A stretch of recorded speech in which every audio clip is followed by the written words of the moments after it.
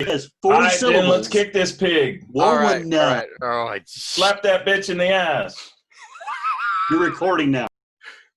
oh my! Oh, we are. Ladies and gentlemen, do you see what I have to deal with on a weekly basis? Oh, I'm just saying. I blame Rafe. We're a bunch of interesting people, just so you know. Anyway, So, oh shit. but Rafe, take No, it away. I was complaining about turning into a southerner for a moment because oof. Anyway, thanks for tuning in, everybody. Now, so we left our group of rogues on the bank of a horrid swamp. Tane had the back of his head flayed open, and through the skin of our teeth, the remaining hairs from the collective scrotums of the party, and much blood and mud and horse testosterone, for whatever reason, we're still standing. Except for Tane. He's on his face with his ass up in the air like a Polak. Anyway, now, Fernaleus, would you describe your character for us? Fernaleus is currently covered head to toe in this fetid mud and blood and whatever else was on the insides of that great lumbering thing that had attacked us. Some of the blood is his. He does have several deep gashes and such on his exposed flesh. A bit of a possible nick on one of his cheekbones and such. The mud covers his ebon breastplate and battle skirt that he currently wears. His robe that he customarily wanders about with, that billows behind him and such, and gives him such a mystique, has a very tattered and ragged edge because he has torn the bottom hem off to put Tane's head back together, as it were. He has a look of horror in his eye, the look of fear for his friend whose head was laid open, and the fact that as he stood over his dying friend, as he ran towards him with the thought of rescuing his friend and picking him up and carrying him to safety, what happened? He looked down, he saw this viscera there, and his hunger almost took him. This moment, his head hangs sadly, his hair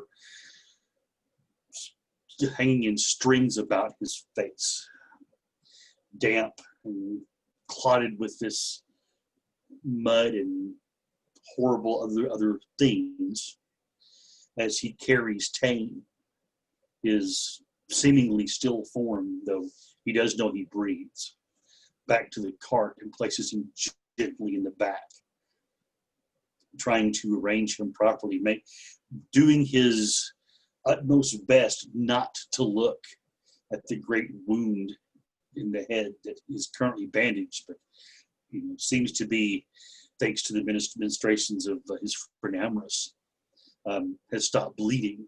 Luckily, Tane had put together one of his poultices packs prior to entering combat, and the unskilled yet somehow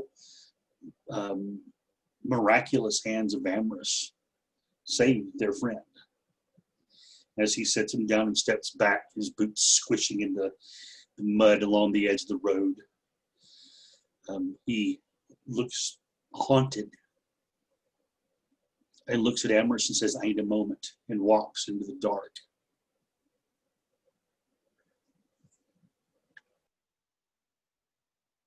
Take it away, Thorn. So, Thorn's kind of, well, as you can probably tell, he's a little bit out of it at the moment. Still holding his friend's head quite precariously. I imagine with the binding and the bounding, he is covered in a fair amount of blood by now, considering that is a head wound and quite a grievous one.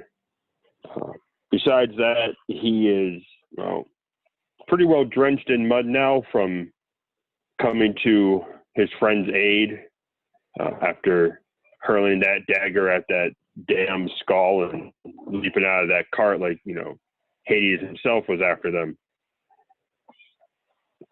He has Fern help him get Tane into the cart. And as Fern mentioned, he needs a moment. Amrith's just kind of, you go do what you got to do. He probably would have caught, if not physically, at least emotionally, that little bit of, I'm being overwhelmed, I need a moment. And so, yeah, he'll just let Fern go and do what he needs to do. He knows he's going to come back. It's not like they have anywhere else to go at the moment. After he makes sure that Tane is, as comfortable as they can get,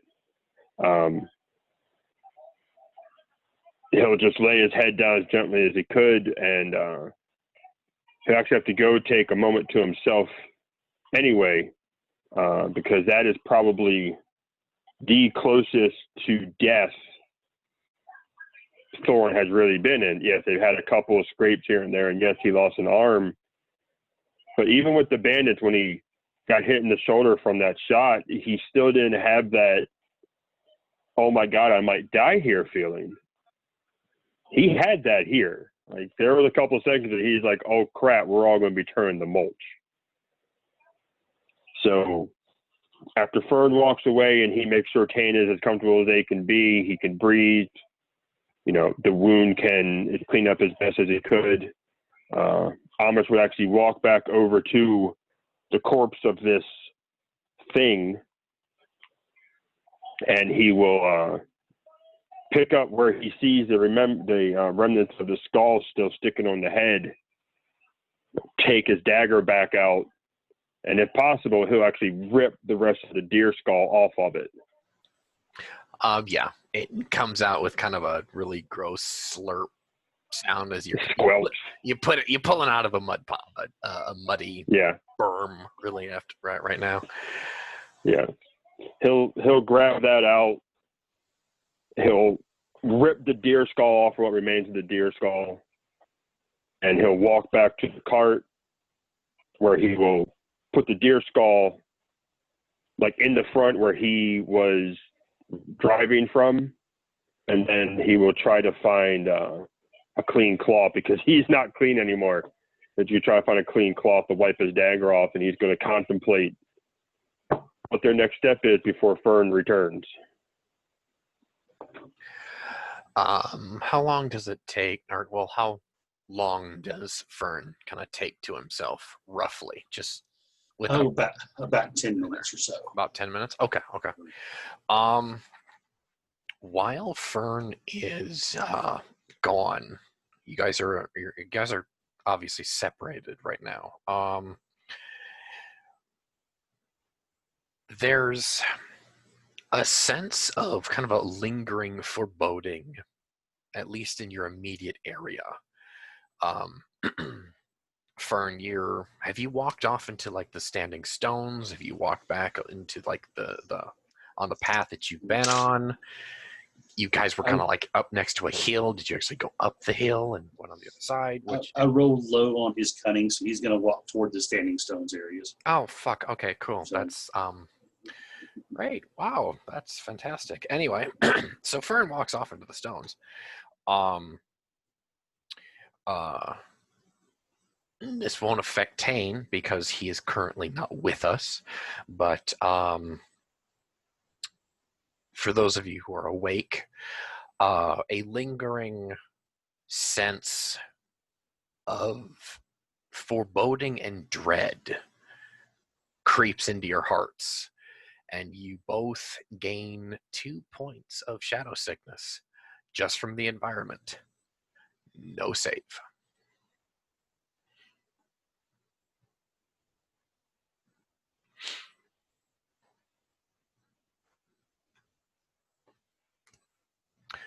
Fernaleus, you can describe for us your immediate surroundings and how you wish to proceed as that corruption takes grip of your heart. So Fern, he wanders. He's not really paying attention to where he's going. He just had to get away. And he walks sort of looking down at his feet, squishing in the mud. his right hand gripping hard the ebon broadsword, and his left the hilt of his curved wicked blade he's carried for so long, the one that Master Nephthys had given him long ago, claiming it was one of the old swords of the cult of Vetus. He gets to a point and stops, pulls that sword out, and looks at its ragged edge, how it's been chewed up by the thing that he bore it against. He thinks to himself, this is very much like the way his soul is currently feeling, chewed up on and sort of rough along the edges. He reaches over his shoulder and sheaths the ebon blade in the sheath on his back where he's been carrying it. He holds that blade out with both hands and looks at the way the blade is covered in dirt, mud, streaked with blood, and other possible less wholesome things. He sees reaches down and picks a bit of bone out from one of the jagged knocks in the edge. He looks up and looks around and notices at that moment that he's among the standing stones. And that dread sinks down upon him, that pall. And for a moment, he forgets where he's at. And then happens to look back and finally notices in the gloom the tracks of the cart. And he hears the snort, possibly of Tane's horse. Almost as if Tane's goddess is letting him know that we're over here. And he'll turn and head back.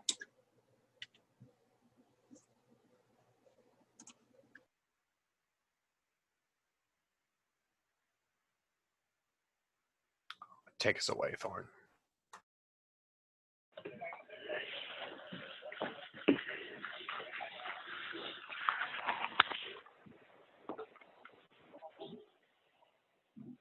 Thorn would sit in the front of the cart after watching Fern walk off.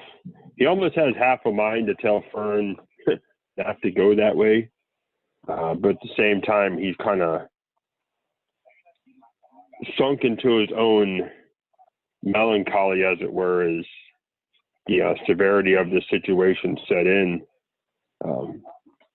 Like I said, he kind of chucked the rest of the deer skull next to him.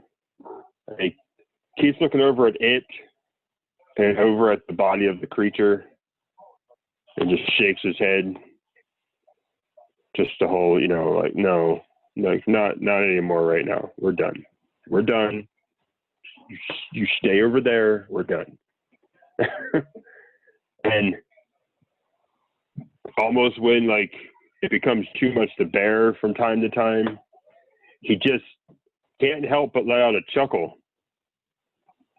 And it's a couple of them, and it's partially just the whole fact of, holy crap, we're alive. Part of it is, holy crap, we're screwed. And the last part is, holy crap, what are we going to do next? And he just kind of goes between this whole, like, almost busting out laughing from the almost near hopelessness of the situation and almost wanting to break down and cry from it.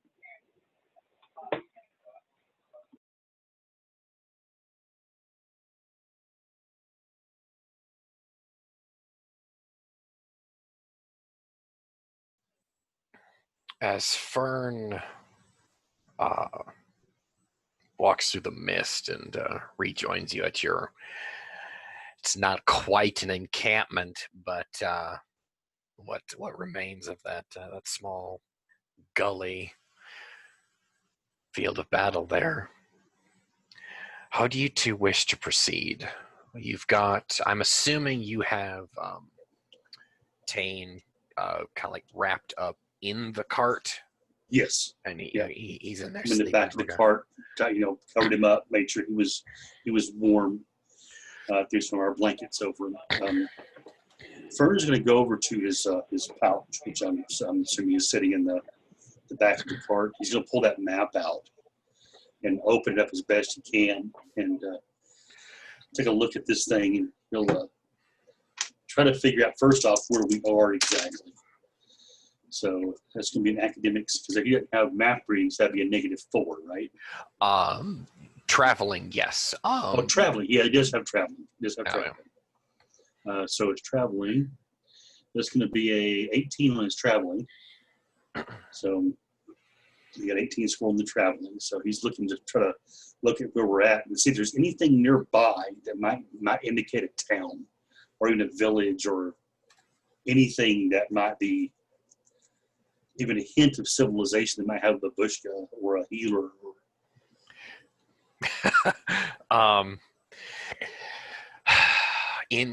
There is a small notation in on this map that's it's a tiny drawing of basically one of these standing stones with a big carved face into it, like an old fey grave marker single henge, and if you can accurately assume, if you can, that you're there on the map, you're actually a good fair distance into this swamp. Like, you're not halfway through it, but you're getting pretty close to where the like this crag is, or where the catacombs are, Right. in relation to where Tenlock told you to go.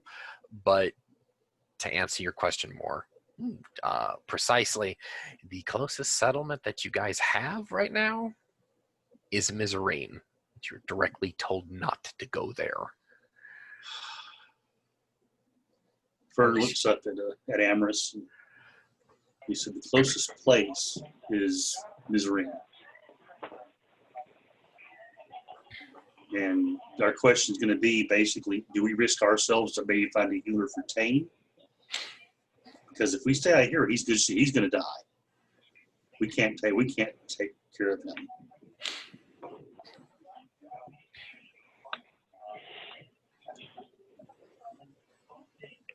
What's the next furthest spot? Okay, you'll look at the map. What's the next closest place we're looking at from there? In relationship to you guys currently, you guys have made kind of an odd-shaped triangle. The next closest spot, which is a few weeks out of your way, is the village. The village that you to give it to you here. So you went from Royston to one of her outlying villages, where you guys found the people who worship the Leshen. Okay. And then you went to Enweir, which is obviously the fiefdom of Fernlace's father, Rydian. And then you left there to go north and to the east. Had you guys followed east more, you would have gone into Royston, towards the center of wherever the hell this place is in the world. But you guys went west, the other direction, and you found yourselves in the swamp. So the next closest village is actually those people who worship the Leshen. But it's a few weeks travel to get there. Mm-hmm. You will run out of food if you go back that far, and you will probably starve to death in the wild. Someone's got a TV going on in the background. I don't know who that is. It's not here. I got Wilder. We'd be fine. No, I'm joking. I look at the map and look up at Amorous, look down at the map, and say that's the only option we have is Mizarine.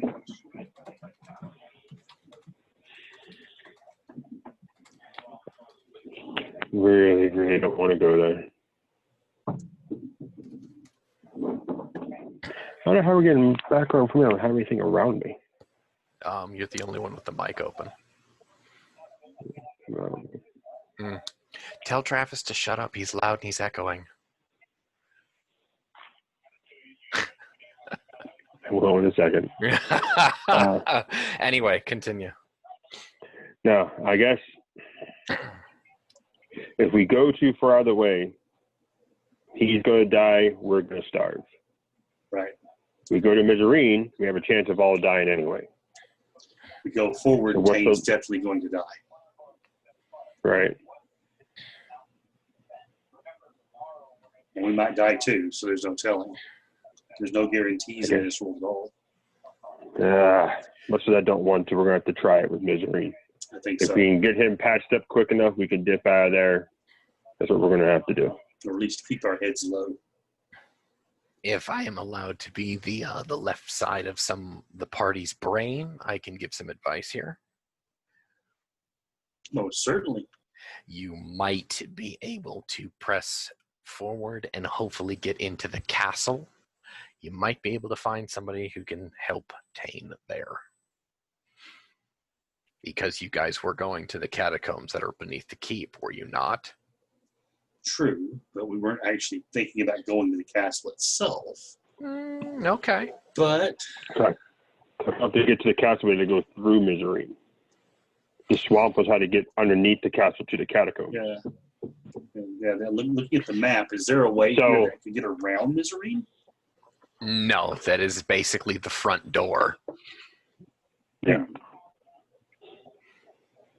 But if we push forward, we might be able to get into the castle from the catacombs. From its basement. You could only assume, though. That's true. So that's a gamble. I'm going to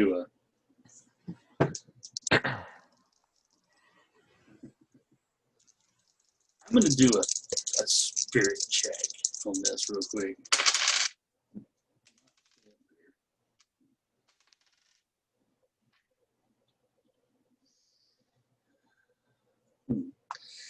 So relatively high on my spirit check, 17.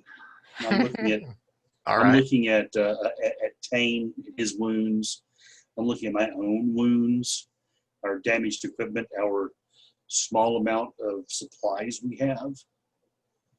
And I'm gonna look at Amorous, and I can't see us hauling him through. We have to. I can't see us hauling Tane through a catacomb.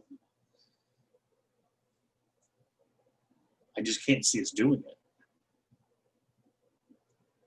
And I'm pretty sure the cart won't be able to get through a catacomb. I wouldn't think they would, at least. It'd be hard enough getting the horses through. He can't ride. So Tenlock didn't give any details on what the crag and catacomb actually sufficed of description-wise, right? Otherwise, it's just a catacomb in the traditional sense. He called it a catacomb that went into the mountain, but what he described was kind of a cave that looked like two stones had been laid open, like a big hole in the side of a stone face. yeah, But so in we- these moments that you guys are negotiating this, let's look into the unconscious dreaming mind of Tane Halfmane. What do we see from, I suppose, the land of Morpheus? So Tane remembers seeing her face, the beautiful centaur of his visage of his goddess, and then the world going black. And then he remembers feeling as if he were floating face down on a river. And no matter what he could do, he couldn't bring himself to turn over. He was just drowning. His body felt unearthly cold, much like when he spent too long out in the snow. But the water around him felt extremely warm, especially around his head. But then It's as if he's floating and another blackout occurs.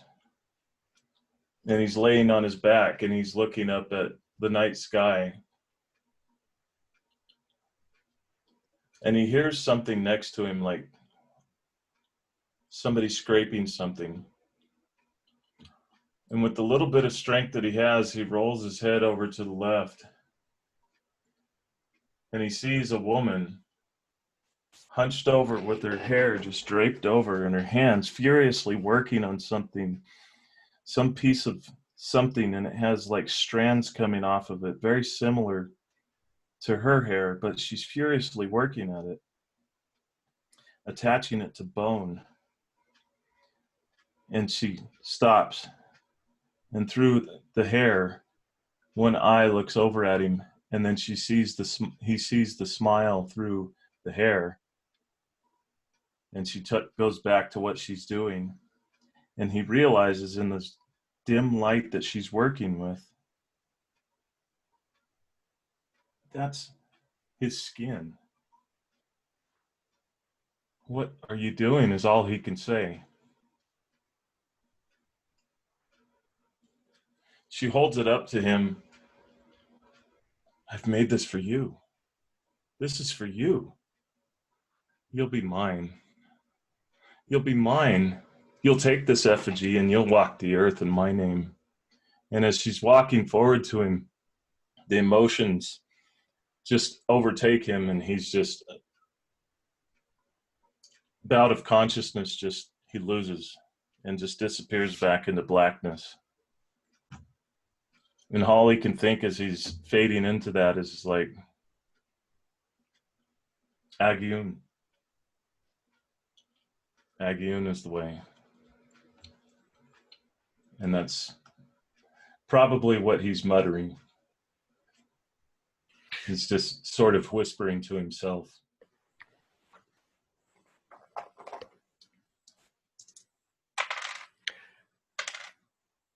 So there's a cough and a sputter from your unconscious friend from the wagon as Tane doesn't quite sit bolt upright because he is simply too weak for this. But really, the most strength that he has is to like roll over and vomit split pea soup, swamp water, and mud, you'd think. As Tane is ripped from the dreamscape back into the land of the living. Everything hurts, my man. Everything hurts. We're not going to talk about the back of your head. That doesn't bear remembering or thinking about. But you wake up to a world of mud, horror, shadow, and pain. As your two companions have the cow vellum sheet over really some flat stone, not arguing, but just a good 6 feet away, trying to formulate some plan of attack. The floor is yours, gentlemen, for your next move. So Fern will be saying as he wakes up, we could possibly like camp outside the town and one of us, steal in and find a healer and bring them out. But only one of us will looks over at Tane with that. He kind of sitting up, and he rolls over and he starts to get up. And Don't get up, Tane. Stay. You'll open your wound again. I think. He says. Don't want to look over and say, this is the third or the fourth coming. I kind of lost track by now. What? Tries to suppress a smile from his friends, knowing what he's doing. He's trying to ease the tension. He's like, Tane, think Ibis, you're alive. We need to get you to a healer. That's all we can do. he reaches up and he touches the back of his head. Be careful, friend.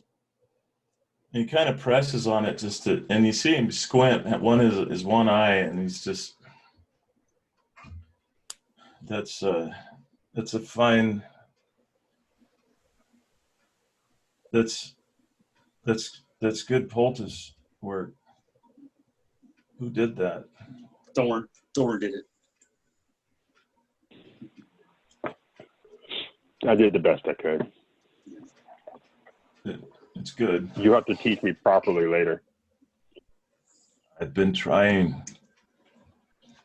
but you're always pissed off. Well, I'll try not to be as much anymore. I feel like slick goose shit. You look a little better. What the fuck happened? With your good eye, you can see the muddy, bony berm where whatever the hell that thing was still lay. Laid you low, friend. It laid you low. Well, it looks like they didn't get in the last hit, though. It was a near thing, very near thing. Well, I need to get up and... No, you need to rest. You need to rest.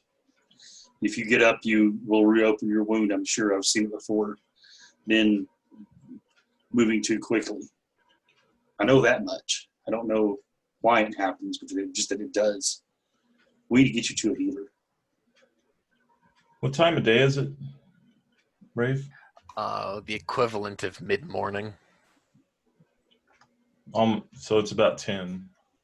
Yep, roundabout. Still quite dark.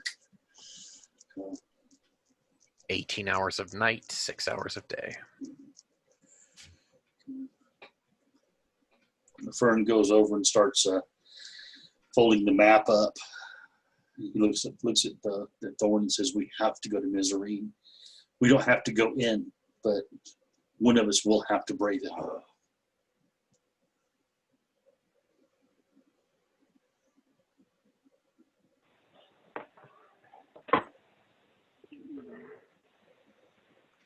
Because honestly, the only other option, because the nearest village is a couple weeks out, is testing out the catacombs we were told about and see if it's really as bad as we think it is. But I'd really rather not put my money on guesses right now. I'm a gambling man, but not when it comes to someone's life.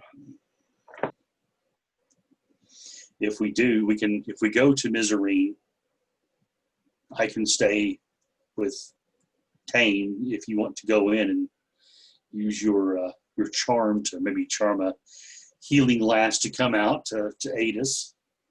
I'm afraid if I show my face inside that town, it could cause us trouble.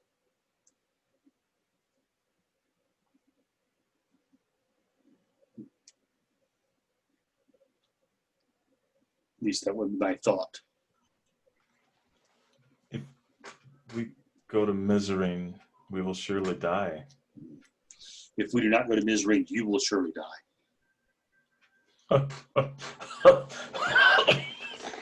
Coughs and wipes his mouth. His hands kind of shaking a little bit as he puts it in and just lays back. You notice that your fingertips are black again.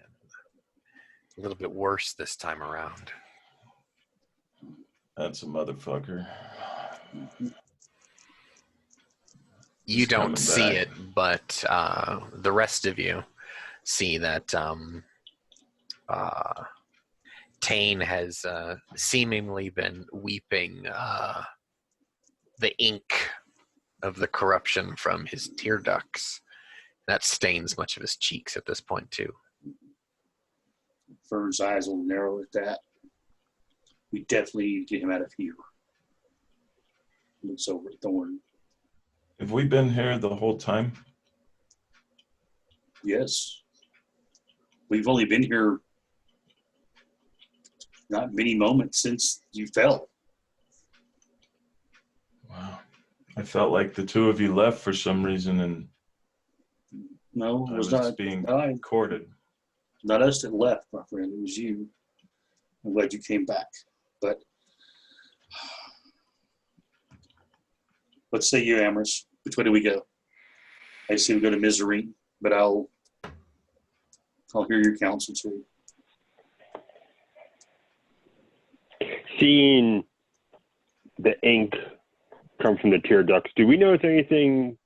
So this is like actually Amos's first hit of shadow sickness. Does anything on him change? Does he know? With how much that you have currently, yeah, your fingertips are starting to get dark too. Okay. You've heard of this. You've seen it plenty. This is the first time it's been on you. Right. He's like, God damn it! Finally, it gets me. Damn it. No. You kind of your mind goes back to how many members of your family tree have dealt with this in the past, and how many more have actually succumbed and were never seen or heard from again. So he would know that it would take something pretty light worthy to start to get rid of it, correct? Correct. Okay. So this actually changes his thought process. Right. So Thorn would see it hit his tear ducts, and he'll see Tane's fingers go black again, and he'll kind of look down at his, just kind of almost out of habit, and he'll see him start to come over his own fingers. And he's going to look up at Fern and be like, we were told the man who works with gold and light is in the catacombs. Would that not be a way to combat the darkness? If we want to get him out of this, we might have to take our chances with that, because we know misery is only going to compound this. Fern looks at his own. He flexes his hand and looks down and notices his fingernails, the darkness starting to creep up them. He looks over at Amorous, looks at Tane. He says, maybe you're right, friend.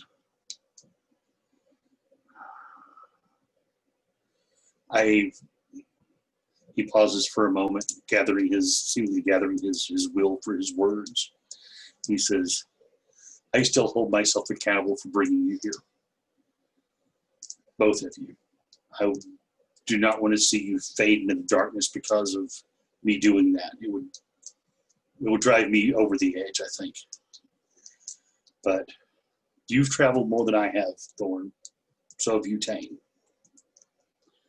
And Thorn, if you think we need to go to the catacombs to find I don't know if a cure would be the proper word for it, but hope, if you will, then maybe we should press on.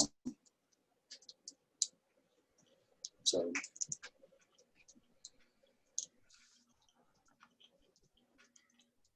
I fear Tane may not make it that far, but Tane, which way do you wish to go?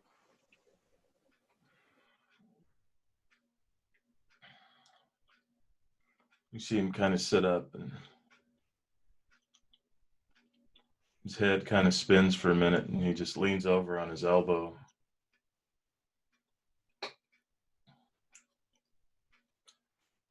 I believe that Thorn is right. The catacombs, I believe, is the answer. Safer. We must wait until the noonday sun, though. What little there is. We will eat and then move. Is that amenable? Fern looks around at where we're at, looks at the water. He looks over at that one marker that had fallen over that had the aura about it. Has anything changed on that? The aura is less angry. Okay. It's simply put, it's just less angry. It's So simmering, but it's there. I feel that we need to get away from here before we try to rest. Maybe push forward a bit further. Put the water between us and this place. As long as we rest at noon I think so. and eat lunch. Must be cooked. I think so. So Fern looks at the crossing we're at, the ford, I guess. Is there dry land beyond the water that I can see? It's a kind of a, well, the term I want to use is a sandbar, but it's mud and a few trees. Okay. There's a small island. A hummock. Thank you, a hummock. There we go. You're welcome. Okay, we can go there, he points. That at least will be away from here. This place is dismal. It's about 80 yards that way forward. Okay. It's something. I'll go in the front and see how deep the water is. We'll go and see. Do we have any kind of like poles in the any kind of like we could probably have a pole of some type. You do not actually. Are there any trees? There's a tree. There's a few trees, more He's going to go mangrove look and trees. try to find himself a branch that's of a decent length. Mhm. He'll grab the wood cutting axe and lop a limb off. Okay. So he'll have something basically to clean the branches and stuff of it. So it's one of a pole, if you will, maybe 6-7 feet long. And he's seen this kind of thing done out in the around Fellport, on the edge of the bay there, where at low tide they'll go out and harvest oysters, and they'll always have some of the pole poking forward so that they don't get caught in the quicksand that can form along the edge. And he's going to take the same basic idea that he's seen before. He'll go in front of the wagon. Say, I'll lead the way across. I'll see what's ahead, see if there's anything that we may have to avoid.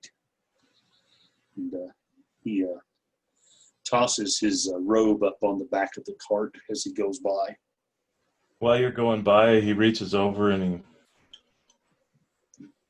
he touches your arm. Fern flinches noticeably as you touch him. He literally flinches away. He looks at you out of the corner of his eye. Don't bear the weight of the past. We all made decisions to get here. I came of my own free will. Remember that. He just nods, doesn't actually say anything. Tane has probably noticed at this point that Fern has not looked directly at him since he's woke up. So there's something eating at him, basically. He steps forward and goes in front of the wagon and waits for Amherst to mount up and drive the cart out.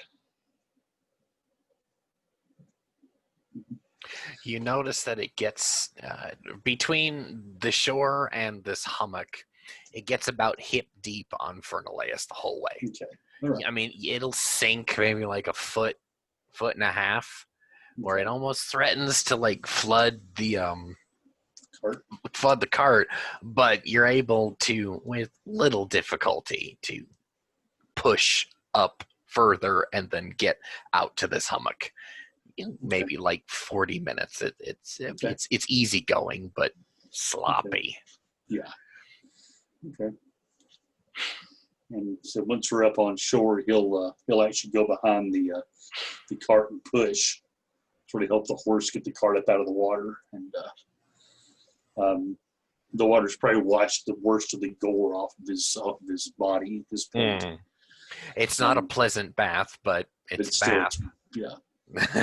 And so yeah, he'll once they get up on shore, are there trees here, by the way? There's about 6 small-ish mangrove trees. Okay. He'll go and try to grab any kind of if there's some dry leaves he can get his hands on, and the limb that he has, he'll start breaking up into kindling, and he'll try to start a small fire. He'll even grab, actually, one of the things we specifically brought with us was some firewood, thanks to the wonderful idea of Thorn. So he'll break out one of the bundles of firewood. Yep, but there it is. I have 3 bundles of firewood, so I have 2. So, and bundles. I just said 3 firewoods. So I bundles now. So yeah, he'll start a little fire. Take his time. He actually has wild wood now, so getting that 12 takes a bit, but he actually gets a smoky fire going. So when he puts the pot out and starts chopping up vegetables and all of that without. He's going to do a vegetable and let's see, what are we going to use? We're going to do a vegetable and some, got a little bit of barley here. We'll do a vegetable barley stew, nice hearty stew. So take some of the carrots, some of the turnips, onions. So this stuff that probably lasts the longest we probably still have. Cool. So, the 3 of you hear what you assume to be a trout jump somewhere off in the mangrove. Startles poor Fernaleus for a few moments, maybe, but aside that, that's the rest of the morning isn't very eventful. That dread is still there, but it's a fair distance away. to combat the dread, they're going to build the fire a bit, probably a bit hotter than it really needs to be. Shed some of that orange light out. Put different, the wood of the stick on there as well with the prepared firewood we have and keep it going good. As soon as the stew is ready, one of the first things he'll do is he'll ladle some out into a bowl for Tane, walk it over to him and hold it at arm's length and say, "Here you go, friend."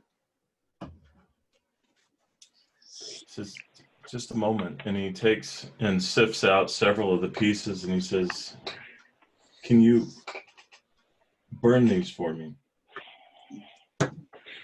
Fern will very tentatively reach out and pick the spoon from his hand and just dump him in the fire. Well, I need to be able to retrieve them afterward. Okay. He places them on a little stone next to the fire itself.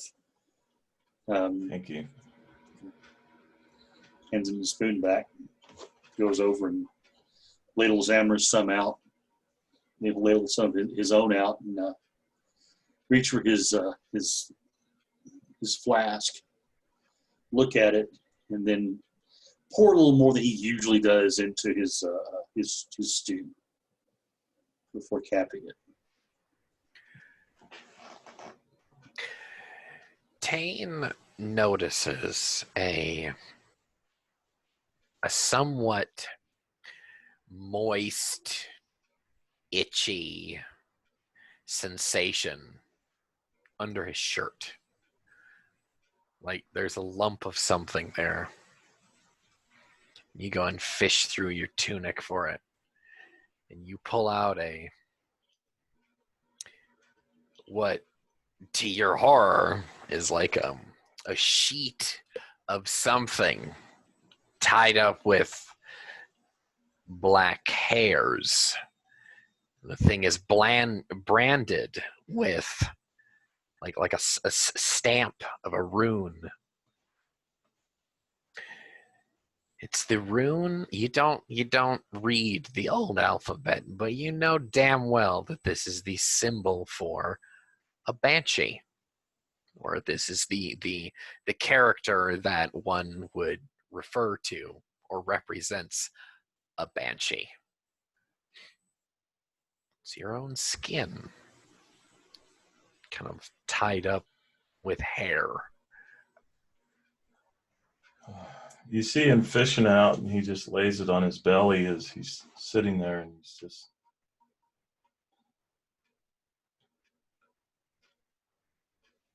I'm laying in the cart, right? Yep, you've been in the cart Right. since you woke up. With little energy, I kind of flick it off between my legs and try to act like it's not there for a moment as I call for my mare.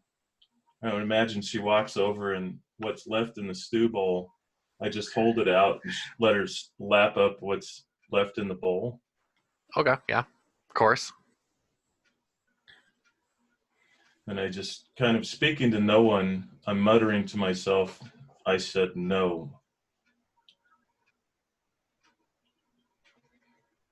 I am not a follower of Malgora. I appreciate your kindness, but I believe I paid the price.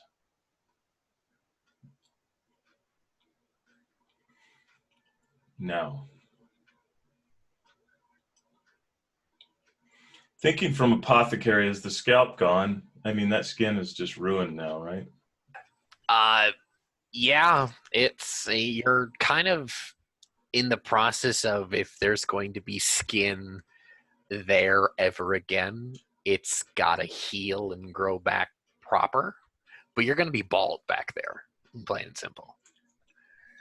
But all right, so I'm going to put the bowl in as she finishes the broth, or whatever.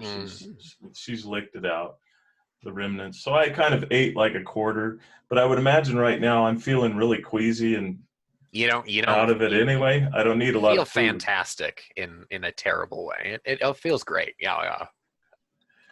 So I can't stand on my own, right? Nope. But could I crawl?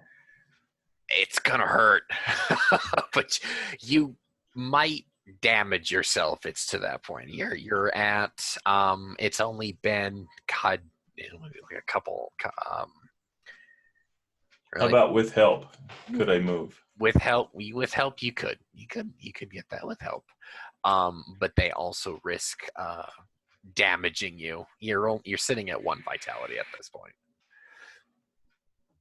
Freshly stabilized, you might by tomorrow morning be up a few vitality points.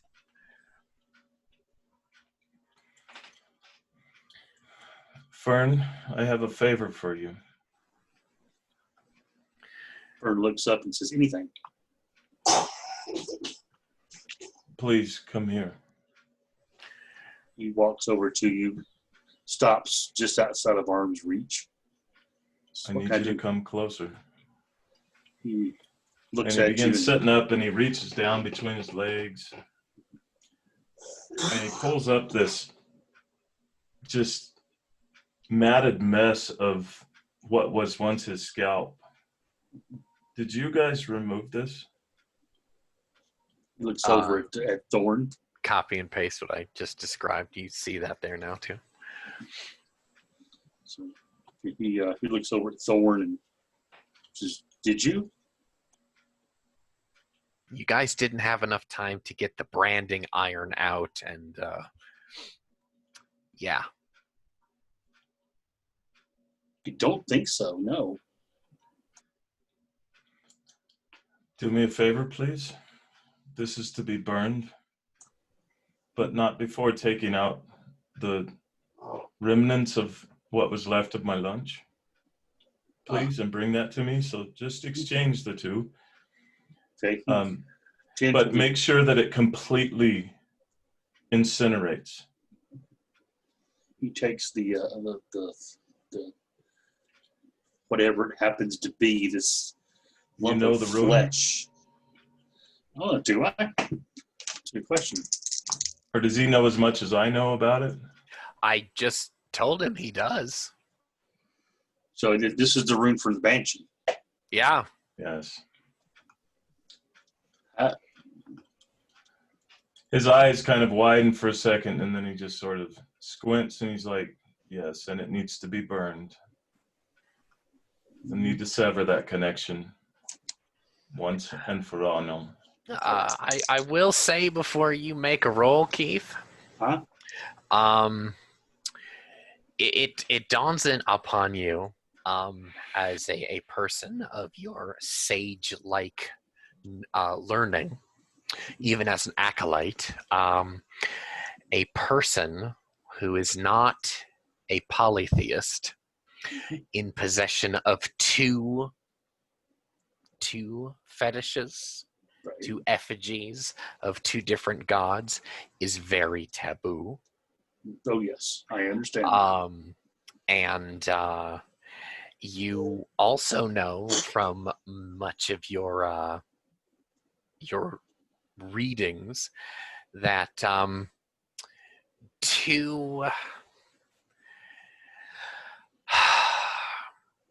to throw away such a gift so flippantly, especially from one such as her, is not wise, because now you are raised by Yathites. Mhm. You do have some of the Yathite tendencies. She is a woman. She will be jealous, and she'll be very upset. So he takes it in his hand. He looks at it. And- Now, let me stop you there. Uh-huh. You take it, and you Yeah. touch it. Yes. Life force test. Okay. His spirit, right? Yep. Okay, It's actually 11. it's actually 2d8 plus Yeah. your level. Shit. Oh, okay. In that case, plus my level, that's going to be a 13 then. That's not much better. 2 more. Yeah. I thought we're fourth level. Oh yeah, it's Yeah. 2d8. I Okay. was thinking it was spirit. So No. my spirit's plus 2 levels plus 4. So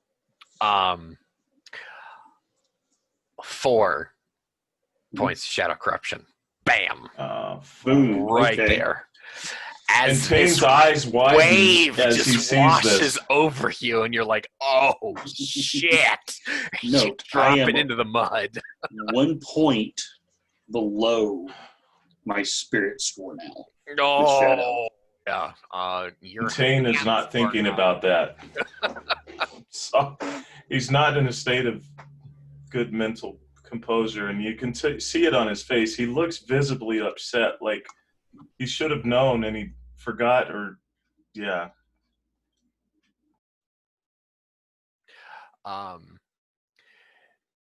In regards to Fernaleus, your palms are now black, and you break down.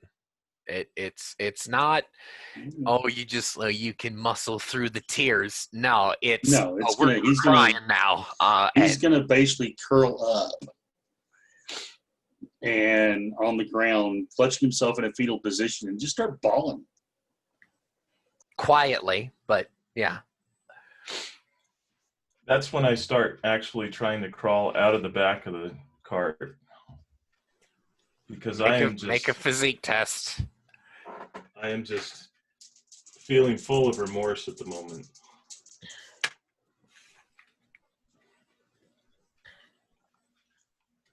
What you'll actually hear as you start doing that from Fern is he is crying, but he's actually saying something over and over and over again. He's saying, "I deserve this." To your horror, Fernaleus, the vampire in you revels in this. Oh, I figured. So yeah, he's it's gonna be I'm gonna do a self-control check real quick, and hopefully I don't roll horribly good. So okay. So, 15 plus self-control. So this would be a 26 in his self-control roll. So he's keeping that part in, Good. but he keeps saying, I deserve this, I deserve this, I deserve this. And in between, you're probably hearing an occasional chuckle. It is not a nice chuckle. It's almost like someone is finally basically laid someone low and is standing over them with their boot on their throat and laughing at their final moments, if you will. And I say in a weak kind of old man yell, because it sounds very weak. It's like, Amorous, I need you.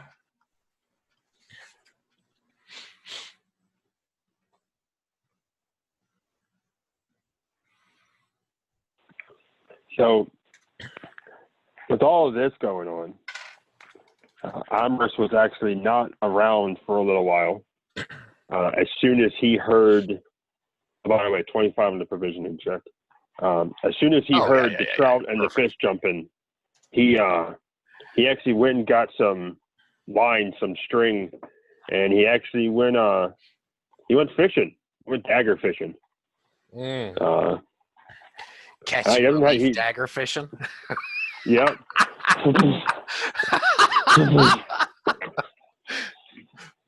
It's just a really, really short spear. I don't know what you're talking about. It's fine. It's fine. Beautiful. No. Anyway, you come back. Yeah, to no. the horror. He was actually gone for a few hours. Got a handful of fish, had them all strung up, and yeah, he comes back to Fern in the fetal position, Tane trying to crawl out the cart, yelling for him. And like, quite honestly, just for a split second, his first thought was, "Are you freaking serious?" I leave, and all hell breaks loose. What the hell? But that crosses for like a second. And then, with Fern laughing like a goddamn freaking sociopath over there.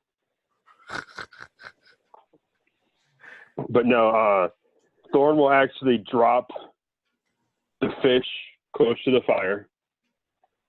If he can put the strings somewhere so he can actually stay tied up, he will. Otherwise, he'll just set them down there. Oh yeah, you and he'll can walk hang 'em on over. a branch. Yeah. Yeah. I mean, he's like wanting to get to his friend at the same time. He's like, "This is like a couple of days worth of food. We need this." So he'll hang that up or whatnot, and he'll walk over to Fern and Tane. He'll help Tane sit up or whatever he can do so he doesn't do any more undue harm. He'll look at Fern. I assume he'll see the blackness spreading quite rapidly. His lower face is black with the just ink covered really. in ink. You Yeah. can probably see, And- looking up through the fall of his hair across his face, the completely black eye. Yeah. And yeah, I'm just going to look at Tane and be like, what happened? He starts reaching out and he puts his arm around your shoulder and he says, help me. When he stands up and he says, walk me over If you to get him." out of the cart, you will die. Oh, I thought you said that with help I could make it. That is too much for your state right Okay. now. I can help you sit up, but not actually move around. Understood. Okay. So I am going to reach into my pouch then and pull out just a scrap rag that I had that it could have been used for a future poultice. Part of my medical shit bag. It's on here. Medical shit. Anyway. Is it actually labeled medical shit bag? Yeah. Beautiful. So it's big enough though to hold the effigy, and so I hand it to Amorous and I say, "Do not touch the thing that is laying next to him. Take it and wrap it in this cloth, and put it into the fire. and make sure it fully burns. But first, take out the food that has been burned next to it. Actually, the food's on the stone next to it. So, and just bring me the food, please. The burned food. It will make sense. I'm sorry. Goner just kind of he'll run a probably still muddy hand through his hair, which isn't going to do any good things for his look. Hey man, you're now a brunette on that side. You're fine. Hey, right? Ah. Maybe a little bit of green swamp scum. Hey. Natural shampoo. It's just natural shampoo. It's fine. It's fine. Yeah. No, that effigy that he's trying to get rid of. Am I able to just jab my dagger into and just pick it up that way? You could, but it ain't advisable. you know the Would symbol I of a know banshee this? would. Yeah, Okay. yes, you know a symbol of Malgora when you saw one. Well, I didn't know if I knew enough about effigies in general. I think that you are well traveled and learned enough to know not to. Malgora is a very she's very Hell hath no fury. He's very sensitive. We'll put it that way.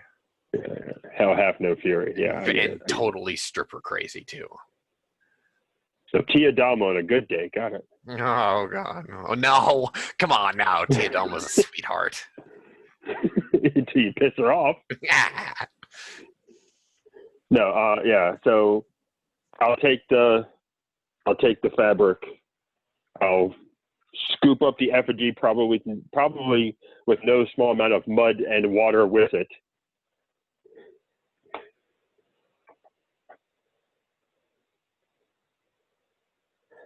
Yeah. So do I need?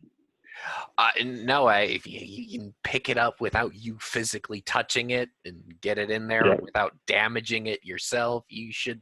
Yeah, you can do that. Well, what I'm going to do is this cloth big enough I can actually tie a knot around it? Or is it still going to be open-ended?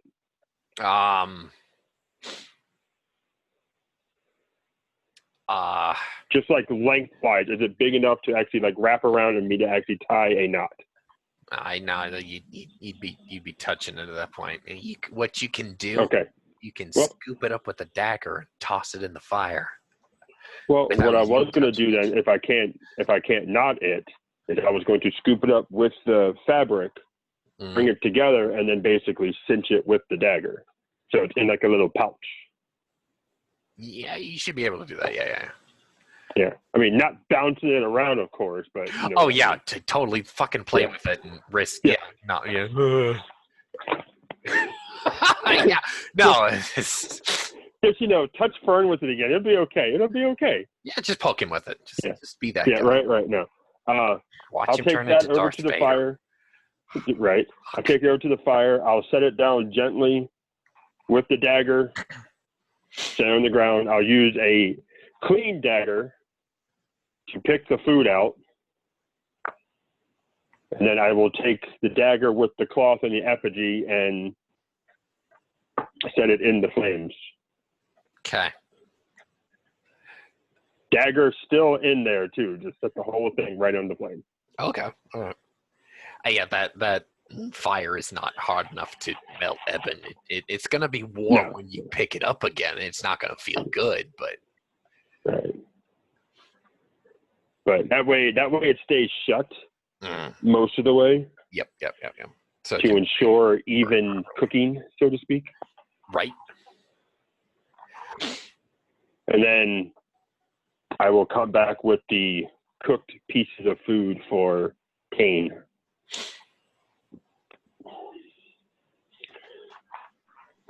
All right. Thank you, my friend. I squeeze his shoulder and I say, "Thank you, my friend." And I begin taking it, and it's still a little hot, but I start breaking it up in my palm and just start rubbing it. And then my upper arm, I just sort of push my sleeve up and I start wiping it onto my arm. And then I just take it, and what's shown on my face, I just cover myself in the ash, and I hold my hands up to the sky, and I say, I am yours, Agiun. Make no mistake. And he kind of, at that moment, he starts spinning, and he just sort of leans back into the cart and just starts edging slowly back up into the cart. But that was his very exhausted attempt, at least doing an offering up to Agiun. Cool. Under Well the done. circumstances, he's offering something. Yeah, right. Hey, man, you're trying your very best from your deathbed. It's fine. Yeah. She doesn't. And I say, I'm sorry, Fern, He's still cackling in the mud like the Joker. but we're even now. That's the shadow talking, though. Out of character, I'm saying that's the shadow. Ooh. You actually hear out of the occasional cackles. Food makes a joke. Food makes a joke.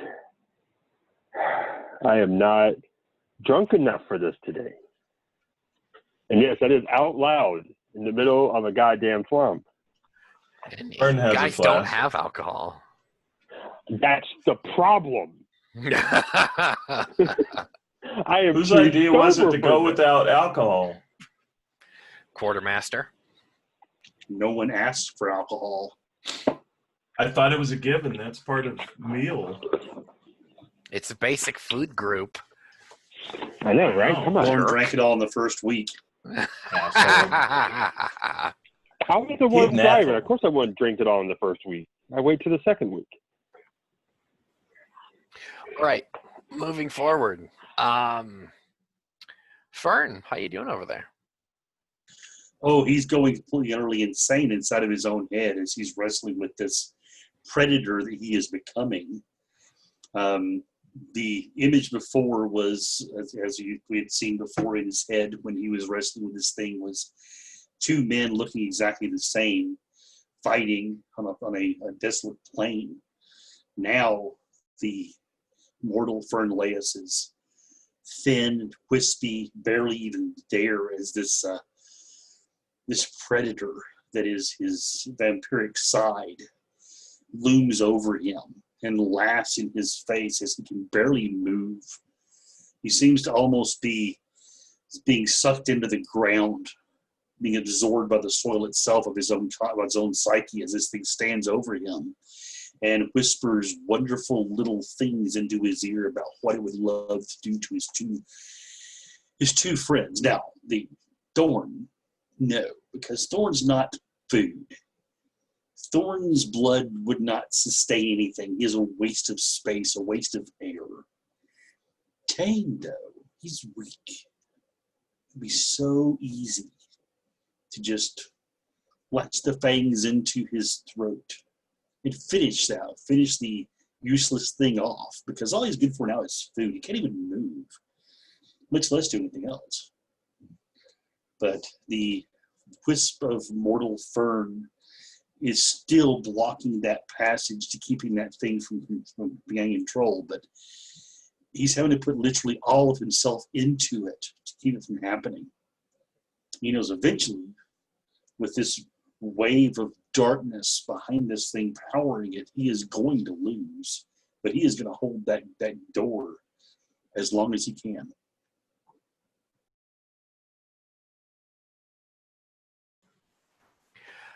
How long do you stay at this encampment?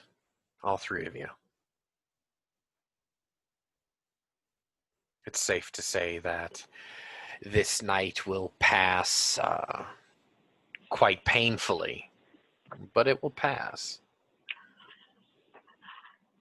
We have Honestly, Go for it, Thorn sorry. will probably want to stick around. Thorn, in an optimal scenario, which we know this is not, is going to want to stick around long enough to make sure Tane is comfortable and not actually going to die on him. Fern at least can sit in the front of the cart while Thorn drives and Thorn can scale these fish so they can actually be eaten later on. Besides that, Thorn is ready to move on. He wants to get the hell out of this swamp. Okay. Going to have a little bit of downtime as the rest of your daylight hours passes. Do you want to rest here for a few moments, eat, and then move on in hopes that you can find this cave before nightfall? One thing you will find is as soon as the sun itself actually rises, Fern is going to scuttle crab-like underneath the cart into the shadow. The sun is already up. But that's where he'll wind up very quickly. Okay. So he'll in the shadow as the light gets brighter, and coaxing him out of there is going to be very, very difficult. You've never seen him actually have a problem with sunlight, although he won't keep his hood up. But at the moment, he seems to be, for some reason, terrified of it. Anytime you go near him, he hisses at you like a freaking cat. Well, or basically, yes. We'll spray water at him, swamp water even. Knocks a glass over for you. Flip the table. Yeah, he's he does seem to, the thing is, when you see him, his eyes have gone completely black, but deep inside that black is this, especially when he's in the shadows, there's that simmering red coal deep inside. So there's almost nothing of Fern Last in those eyes.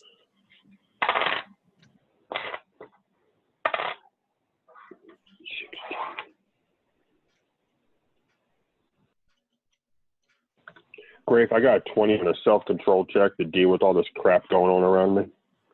Amazingly, you are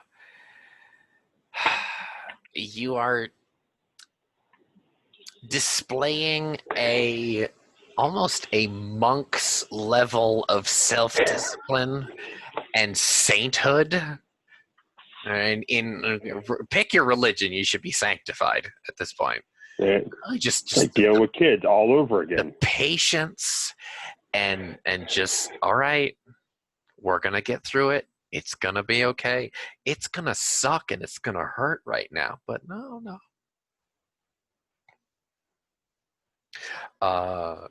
One of Lecra's saints, Saint Cavalgar, is he's the patron saint of manual labor and fatigues, and he preaches the sacrament of suffering and manual labor.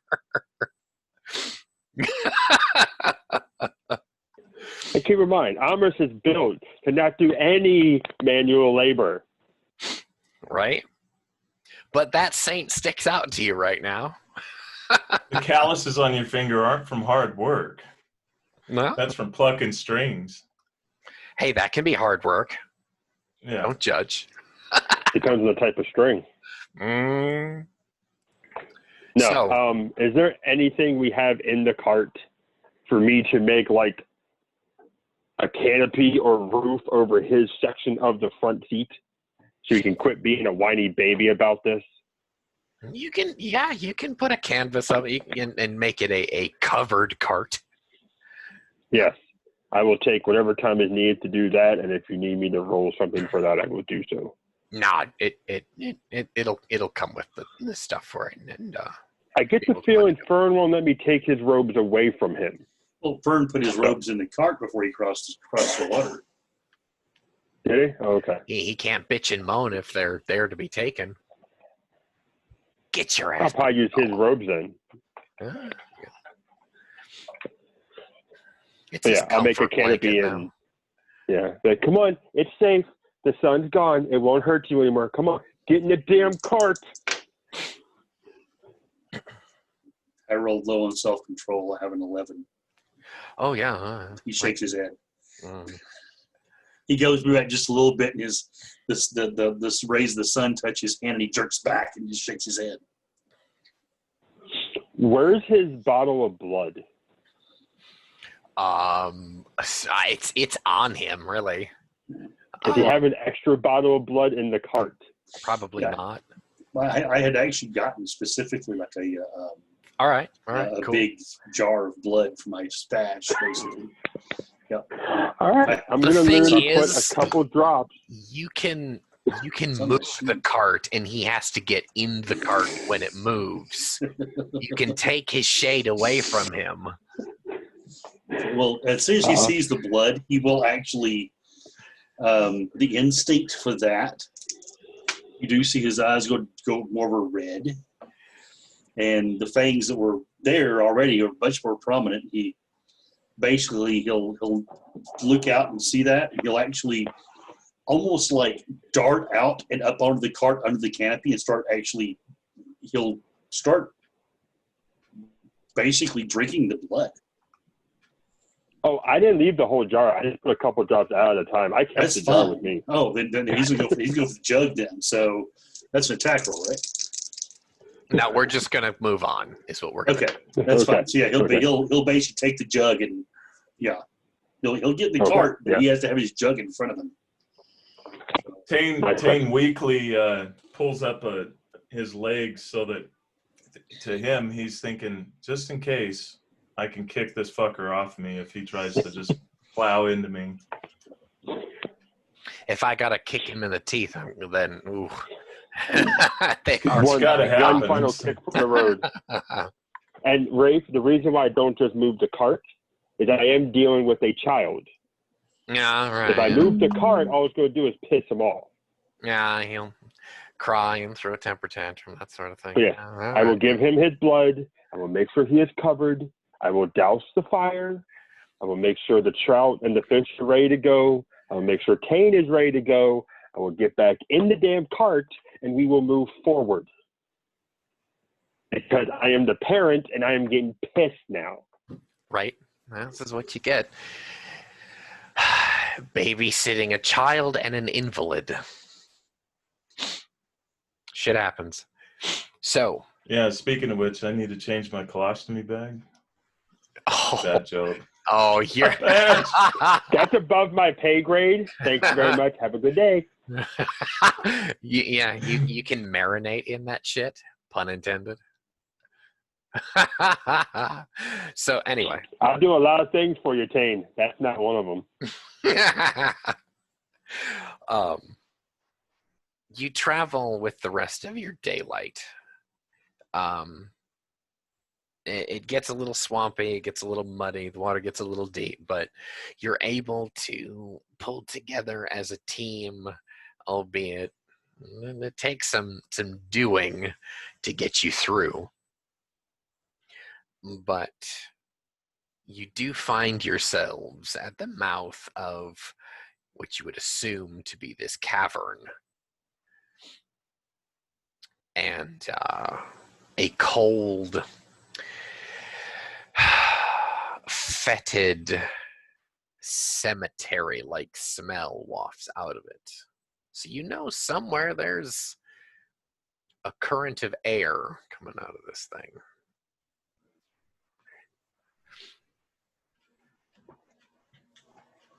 You called that guy Kale? You actually Kale is the Grey Lord, yes. You do not know him as Kale. You simply know him as the Grey Lord. I think Amra shared that though, right? Did you actually share the entity's name? Oh, I know I didn't- called him out by name. Yeah, he called him Kale when he met him. All right, so We you were guys there. know the true name of the Grey Lord. You now have that responsibility. I'm sorry if we have a TPK. It's not my fault anymore. Okay, so I'm gonna say this smells like the Grey Lord's ass. You know, being right at Burn his door, that giggles. should not be a saying you're saying right now. Bird giggles. How big is the entryway that we get this current of air coming out of?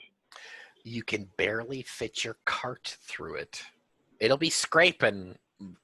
Conveniently enough, you'll be scraping on both sides of the stone, but you'll get it in there. Hey, Fern, Shadow's in there. Why don't you go scout ahead? Fern hops out and runs inside. Don't have to tell Make him sure you twice. tell me what you see. Yeah, once he gets inside, he's going to look around. So I guess that's an awareness test, right? Yeah. You can see rather nicely in the dark. It's not like you couldn't before, but 18. yeah. Yeah. He can see pretty well in the dark before because of his unread blood. Yeah. But no, it's better now for whatever reason. Okay. There was sarcasm there, by the way, Keith. That's fine. Um, He does. He looks around. What do I see? you see, it kind of like, it's not a stairway, all right, but well, it's not a stairway anymore. Whatever this, it was like maybe like 4 or 5 steps down, but due to either like water erosion or whatever, those steps are more a slope, like a kind of like a jagged, rigid slope with lips. That kind of goes down into somewhat of a moist clay, muddy pool, and then deeper into the cavern. It kind of like moves off into an S shape. However, one thing that sticks out to you, there is a corpse. It's not a recent corpse. It is to say it's a corpse, it's more a skeleton still wearing what's left of its armor. Highly advanced stages of decay. What little flesh is there is dried and petrified, and the thing is laying on its back.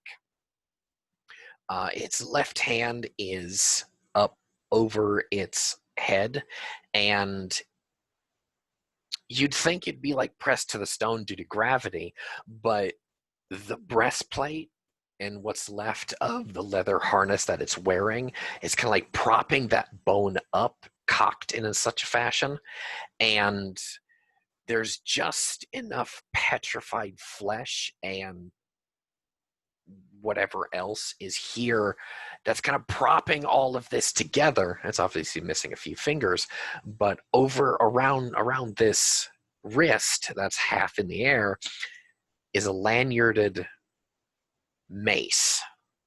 And you see the glint, the ever so faint glint of photoactive fey iron. Glint in the very, very dim light there. Fern walks over to it, leans over the corpse, sniffs, useless. Looks over at the fey iron and sort of wrinkles his nose up at it. Looks around, looks at the actual breastplate. What's the breastplate made of? Fey iron. Oh, great. He holds his hands back and sort of hisses at it. And he scurries back to the entrance, not all the way out. And he said, useless body, bad metal. Be careful. It'll hurt. It's harmful. Bring the cart and the food in.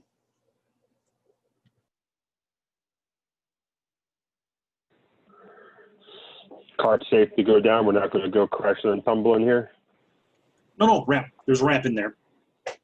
Well, ramp kind of. It's hard to think. He thinks for just a moment, and just for a bare moment, you sort of see a little bit of Fernlaeus in there, and he said, "It looks like a weather-eroded stairway that is more smooth now than a stair. Cart should make it down, no problem. Still, useless body." The once eloquent and well-read Fernlaeus is now gone, replaced by a gibbering idiot. Yeah, well, it's there a bit. It's just that he's still adjusting to his new mentality. Oh, I know. I'm just narrating for the rest of the party. He's a Neanderthal. I get it. All right. Neanderthal vampires. Oh. Anyway, moving on. I don't think I've All ever right, so heard him speak in such broken words. all right, Ray, if you want me to make a husbandry check for this to control the horse going down this, That would be horsemanship for this. I Driving do not a cart. have horsemanship. Oh, then no. I never had horsemanship. Oh, Can I guide him?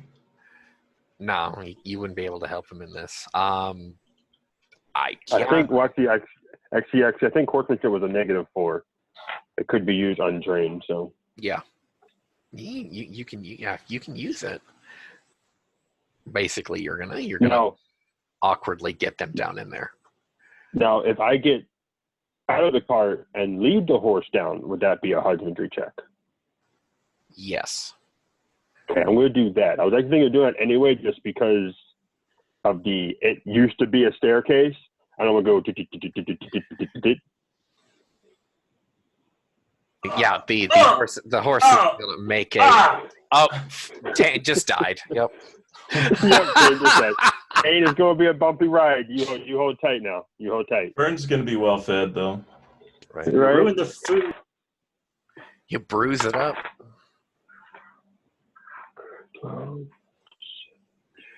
23. Yeah, you can get Or the horses 100 down check. in there. Easy peasy. Okay. So, yeah, I'll lead the horse down to where Fern mentioned, add metal. Yeah, you see the corpse that the well-dressed corpse that I mentioned earlier. Now, you said it was a lanterned mace? Lanyard. It's got a loop. lanyard. Okay. Okay. Is he pointing in any certain direction, or is his arm just cocked up there like that? And it's just hanging like in the middle. It's the body is oriented as if the individual was on their feet and they were cocking back for an overhead strike, or maybe even a scorpion to get somebody on the back of the head. That once they cocked, something got them, and it's the left side of their breastplate that is laid open, like claws got in there, like perforated the lung, the guts, all of that, and then just left them there on that rock. And they've been there ever since. What's left of the hair, I will say, on this individual, it was a blonde in life, and this individual is way too tall to be a regular human. And the skull does not have horns, so you note it is not a fair folk corpse. The breastplate, however, like I said, it is of fey iron, but it's rusted. Fey iron does not rust in your lifetime. Or let me go back. You're ageless. Let me just put this over on Fernaleus. If he was a pureblood Umbriad, fey iron would not rust in his lifetime. And they live for about 8,000, 9,000 cycles, and then finally die of old age. So this is like ancient relic First War type bullshit we're seeing right here. Maybe older than that. This might date back to the Atlantean Wars.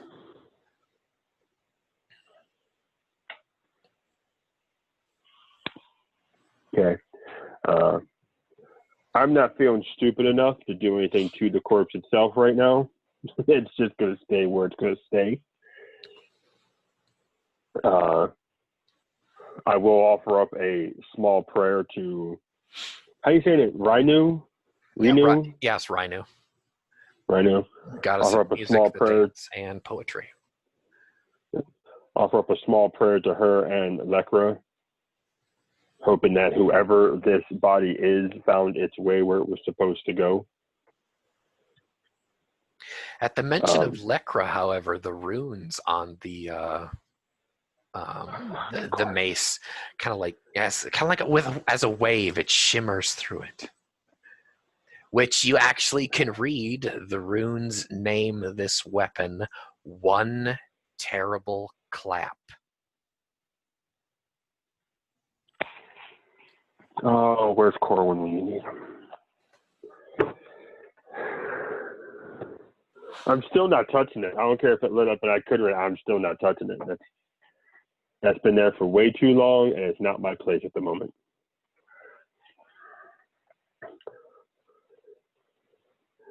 But when reaching the body, and we're kind of, I guess, on semi-solid ground now, do we have a spot to actually, like, make a camp for the night? Or is it just like the assets too thin still? The S is farther in there. Now that you have the cart in the cave with you, it blocks anything coming in. It is the width of this cavern. Right. You've got maybe like 25 feet above you. Mm-hmm. Which, if you look at them, you see a couple bats up there. But aside from that, one of the bats shits on Tane just for the sake of it.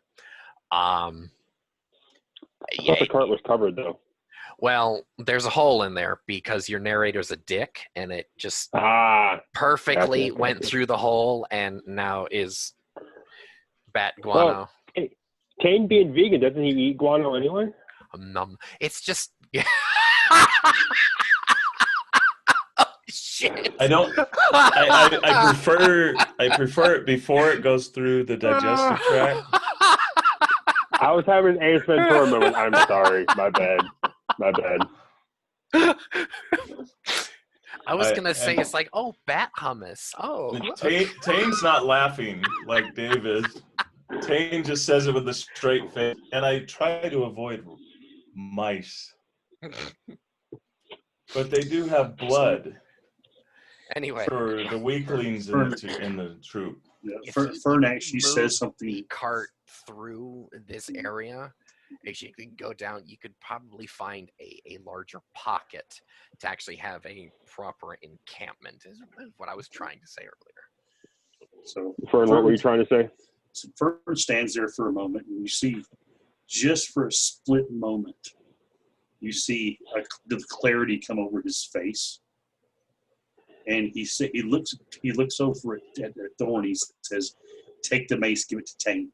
We'll protect him." And then he turns away.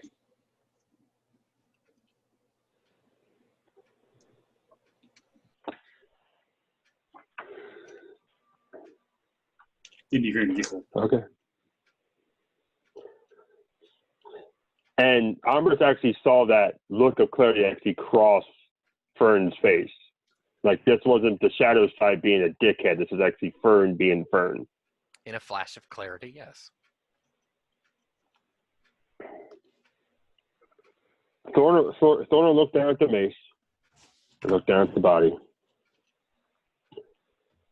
and he worships Rainu, but he gives reverence to Lekra, Kale, and I have no idea how to say this one. Awarthius? Awarthius, yeah. Patron saint, actually patron god of the fair folk. Yeah. Before he touches the mace, he will give a quick, basically, forgiveness prayer to all four of them. Basically just saying, I hope it doesn't bite me in the ass. Of ideal. And then he will actually try to take the mace from the hand. Yeah, it's You're basically prying it from a corpse. You're jumbling bones. It makes a couple crunch sounds, but yeah. Yeah. It's I will as best as possible to like put the arm in a gentle repose type of state. Yeah. You just pick up the handful of bones and drop it on there. This is what you got right now. For the amount of metal that you have in your hand, it's surprisingly light. And you smell ozone. Fern laughs. Sounds like wind change. The rest of you smell ozone too. And rain. And then static. Like that gross, like you're about to like gag static smell.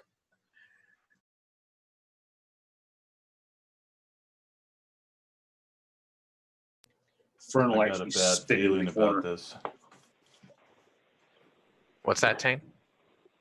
I got a bad feeling about this. What were we going to say, Fern? Fern just spits into a corner.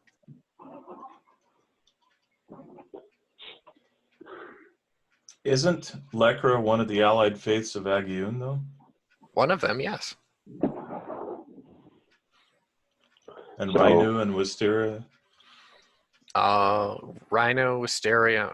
Rhino is one of Wisteria's familia, and Agiun is one of Lekra's, by proxy of her daughter Tanar the Stormcaller. So yeah, I will the best I can see if I can hand or lay the mace in Tane's lap and or hand and or next to him, depending on what space allows for. Yeah, you can set it in his lap. There's plenty of room back there. Again, it's for the amount of metal that's in there. It's amazingly light. It's a beautiful weapon. What's this for? Fern had a moment of clarity and said I should pick it up. Apparently is of some importance to Lekra because when I mentioned her name, it lit up. And as you can probably smell, it smells like she's about to come crashing the party. But hold on to this. It will hopefully help you if need be. Quick thing here is I'm assuming, because of Fern's mental state here, he is deeper into the cave than the rest of you. Yes. Awareness test, please.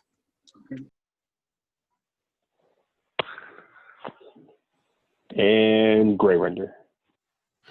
Oh, yes. Oh, I wish.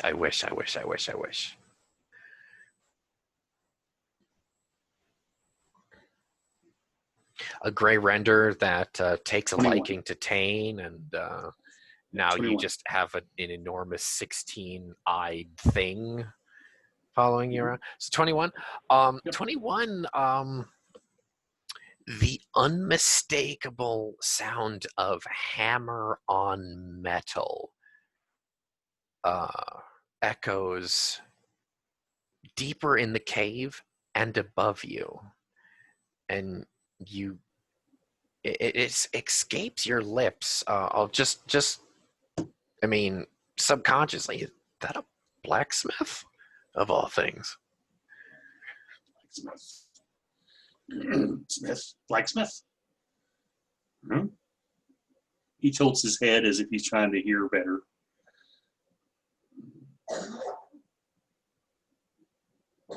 Ring, ring, metal sings. Deep within the cave.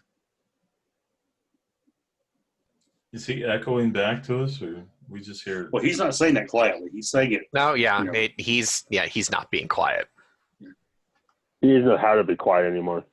Amorous and I both at the same time. Shh. Quiet.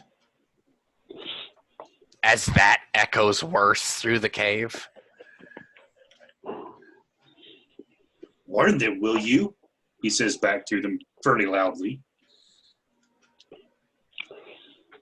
I need a Yeah. drink. You're not the only Loud, one. loud food. Yeah. So, Amos is just going to continue leading the horse down, at least until they find the wider spot where they can make an encampment. Easily enough, you find it. A few 100 yards deeper into the cave, and you find a comfortably large opening in this cave, and more a small gallery, I should call it. Let's use proper caving terms, please.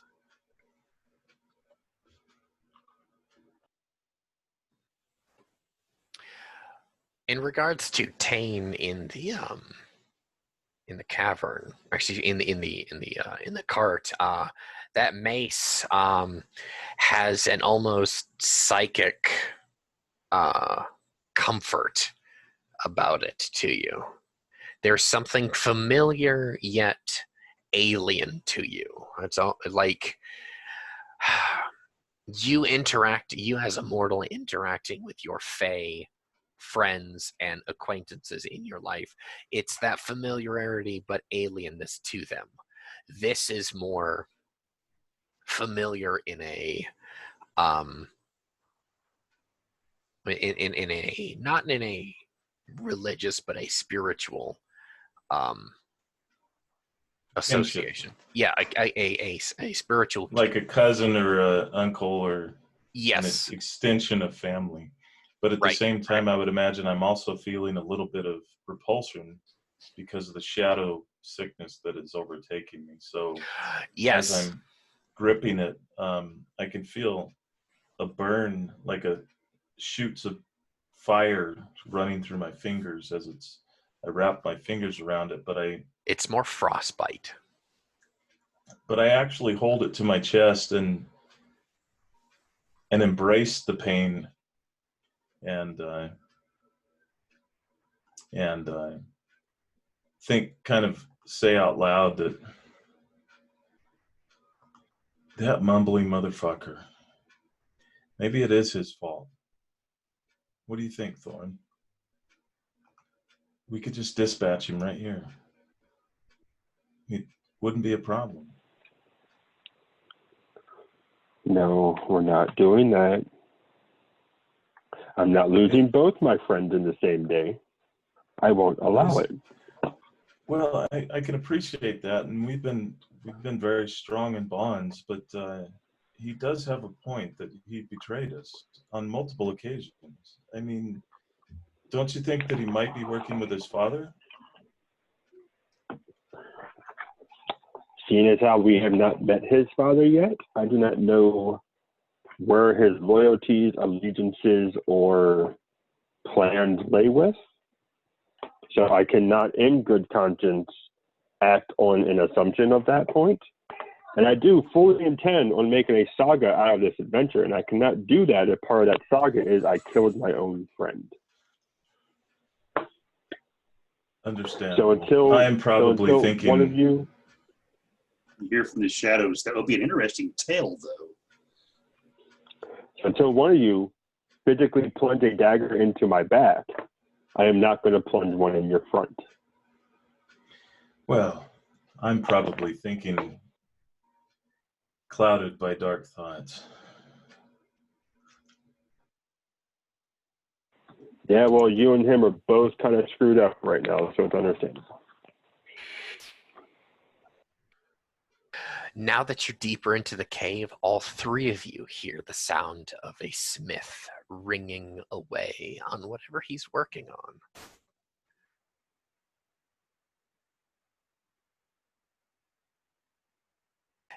And it's not bronze that he's hammering. It's much too beautiful and melodic. That's also not a bronze hammer he's using either.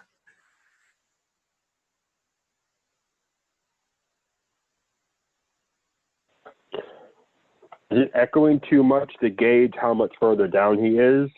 I'm assuming. It's possibly a few hundred yards deeper and about 600 yards up. It's above you. Up. Oh. Bloody hell. Tane, do you want to rest, or should we go see where this ringing is coming from? Can I get an apothecary roll to kind of assess myself and also take the opportunity to share with Amorous the opportunity? I understand that he's not going to immediately pick up on it, but just ask him to come over and check certain parts, and I'm imparting to him part of the knowledge. Oh yeah, I won't make you roll for it, but you can self-evaluate and instruct in the same scene here. Okay, so But I invite him. But I will tell you, you feel better. You would feel better tomorrow morning. And I probably have a hunch that that's coming. Yeah. But it's an opportunity too that Amorous has already expressed he wants to know more about apothecary. So I ask him to turn around in the seat. I would imagine my mare she's not pulling it. She's probably tethered to the back of the. Yeah, and I was going under the impression that she was not pulling the cart the entire time. Right. And So she's in not the tethered, back. so she just goes where she's not going to walk off. She just goes where she follows. Fuck she wants. We had the other horse leading, and yeah, I was under the assumption that his mare kind of just where he goes, I go mentality. So I didn't even worry about actually tethering her or tying her up or anything. So. As an aside, if she was hooked up to the cart, you wouldn't need to make any husbandry test. She would just do it. No. So actually, well, I mean, I'm still calling her, and I it slipped my mind under the circumstances. Just that part makes of the sense, scene. though. Yeah, as you were. So I have Amorous turn around in the seat of the wagon, and I say, "Okay, check the poultice. Okay, just that's too hot. Oh fuck! Oh my!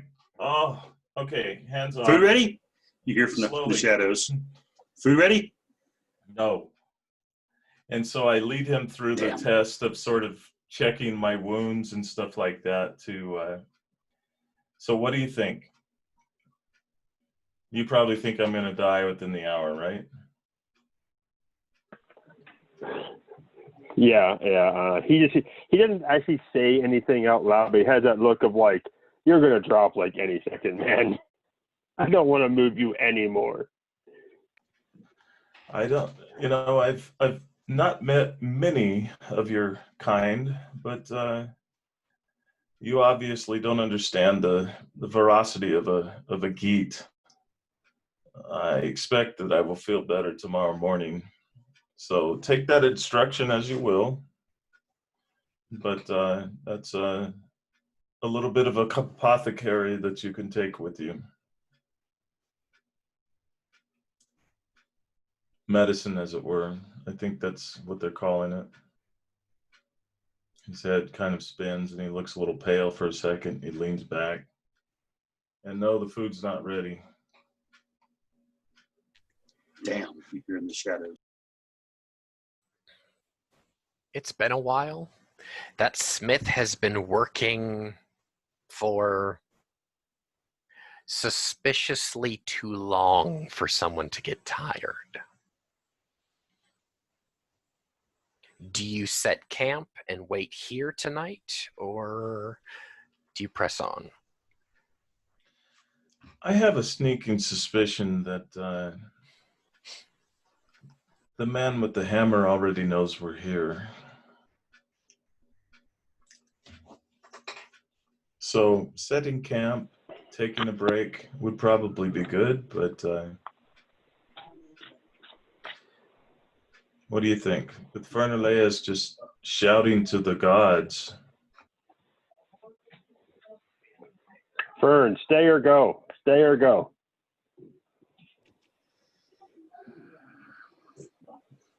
Check real quick.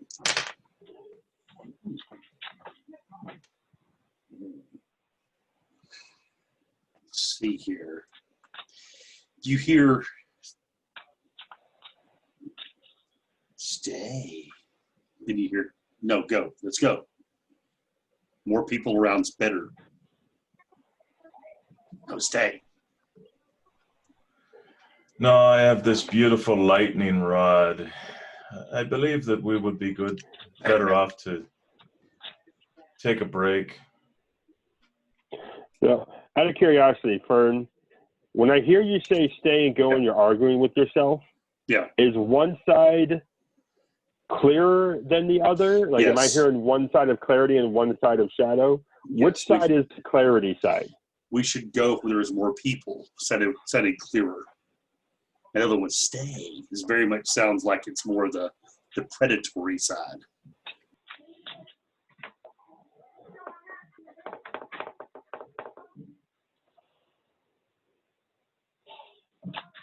Now, we need Tane up and walking. So, I'll go get the firewood,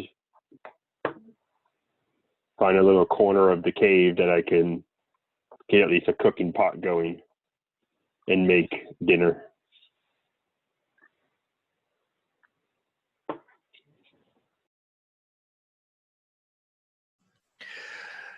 So you pitch camp for the evening.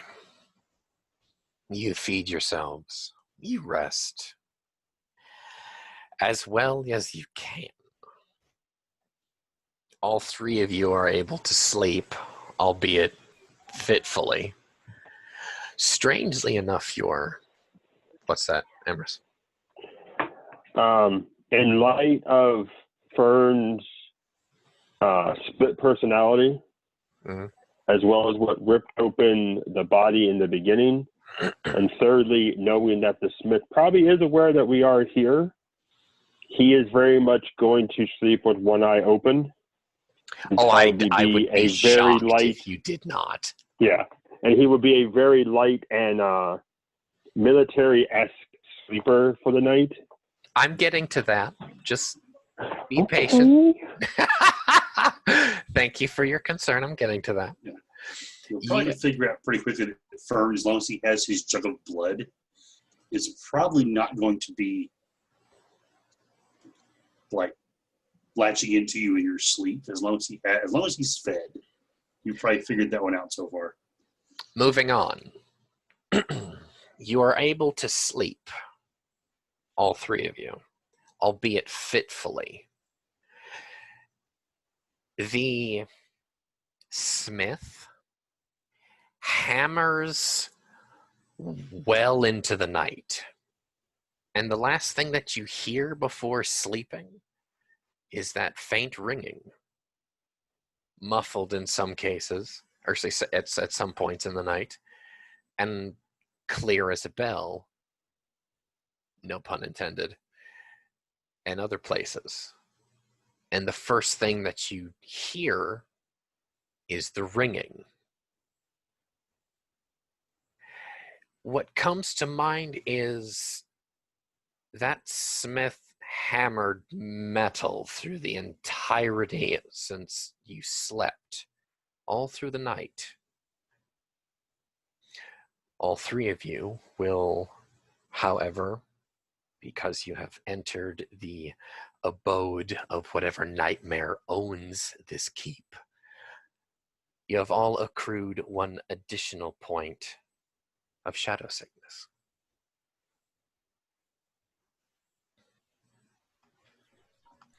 Tane loses it then because he's only got 6 spirit. That's fine. So,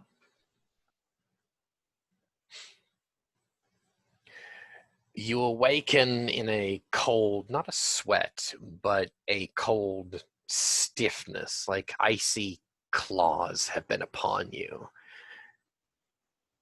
Almost like kneading you as if cats, but not the nice, cuddly, soft kitty paws, but long, taloned fingers. But nevertheless, the sound of that beautiful ringing metal.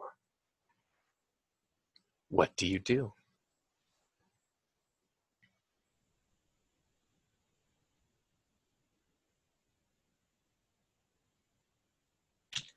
Well, Fern is instinctively going to finish the rest of the blood in his jug. Just drink it down. And he'll take a deep breath. And he'll look at his two companions. Sparkle in his eye. And he'll say, we should go above. That haltedness seems to have left him now.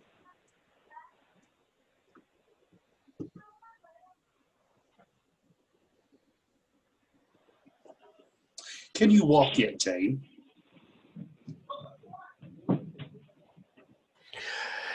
If he makes a physique test, he can haul himself to his feet despite how crappy he feels. Just to help me understand it, if I'm equal of my, I'm awash in shadow at the moment, right? Meaning my mind is full of dark thoughts. I'm just trying to know how to play it. Sorry. You do take on the degeneration tainted, which I will get to when we're done with tonight. Gotcha. It's on here. All right. You are quite murderous. Mm-hmm. Geats have a tendency to be more murderous when tainted in such a way.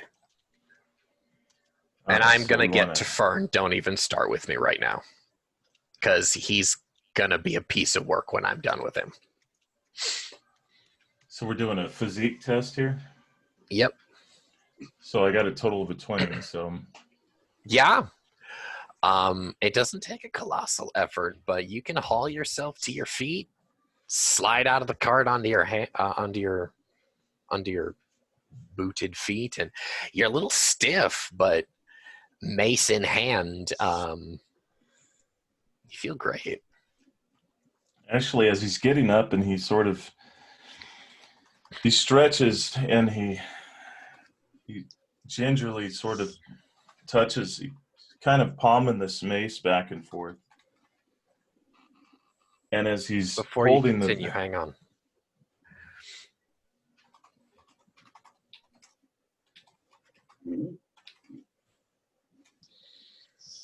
Now continue. Would that be in addition to the other three? Yep. Now shut up about it. All right. So as he's holding it, he feels, you see his hands, the pale skin with these black fingertips. And you see his eyes look up and his oculars are just covered in blackness as he looks through slits. And he just looks sidelong over at is Fern within range of us? He is. And I just look at him and I just sort of charge him right now. I just kind of look at him and I smile. Fern smiles back. How are you feeling? Quite well. You? I'm getting there. And he just grips the thing and he starts walking towards you. Just slowly, like a cadence step. I need Fernaleus to make a life force test. Okay.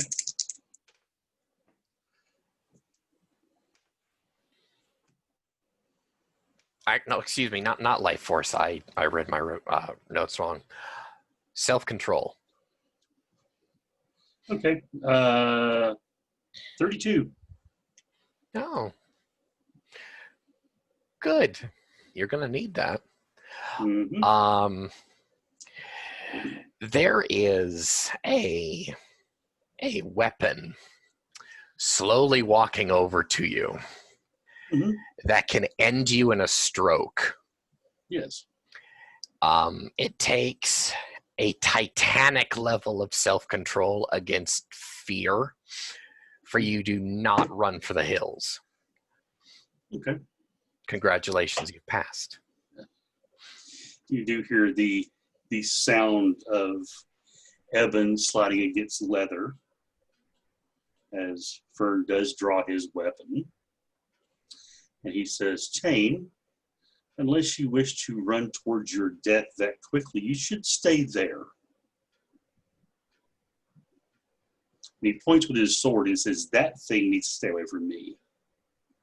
He's pointing toward the mace. Oh, this thing? Yes. As the thing crackles with static electricity.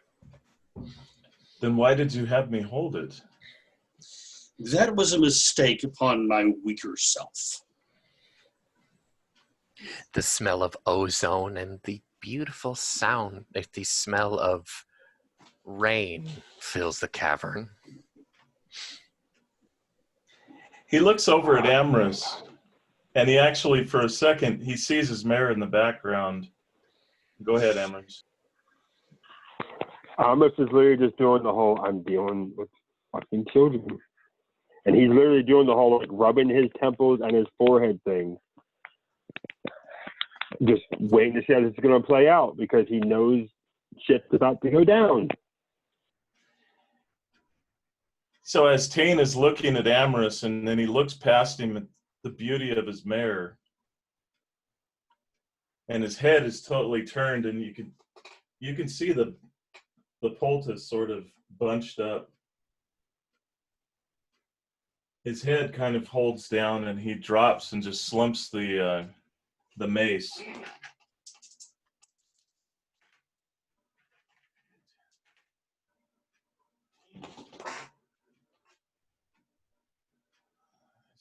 Wow. Okay. So I got a 29 for self-control. Well done. And I look back at Fern, and you can see that my eyes are, there is now these like tears running down my cheek as I'm gritting my teeth, but my head is hung low like I'm feeling shameful. And I just turn and I walk back to the cart, and I just stand and lean up against it and stand there for a second as I start palming my horsehair symbol of Agyun. Or just as from his position where he had moved aside just a bit, as if to maybe attack from the backside if Tane had kept coming. He stops, nods, smiles, puts the sword away. He just leans up against the wall there and just, he's still eyeing Tane. Definitely has that predatory look in those black eyes of his.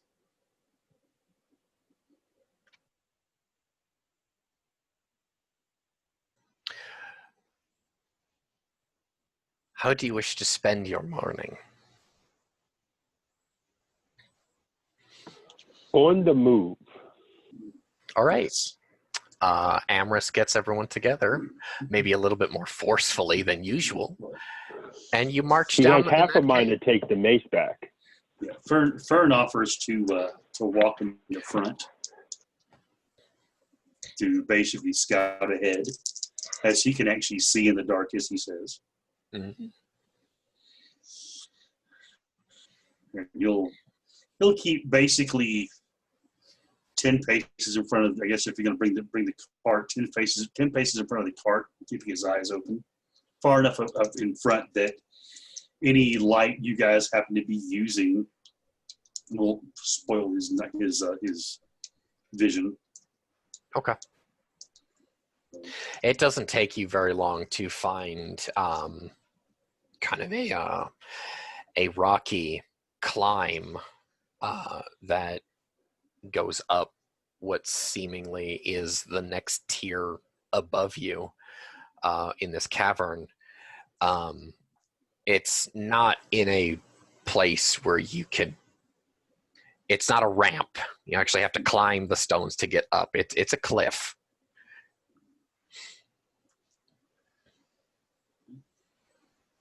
I'll see what's above, Fern says, and he starts to climb.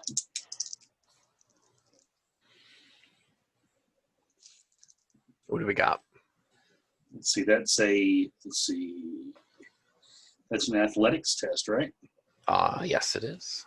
All right, that's going to be a 19. Okay. You get up there easily enough. Okay. Up here, obviously, the ringing metal is much easier to hear.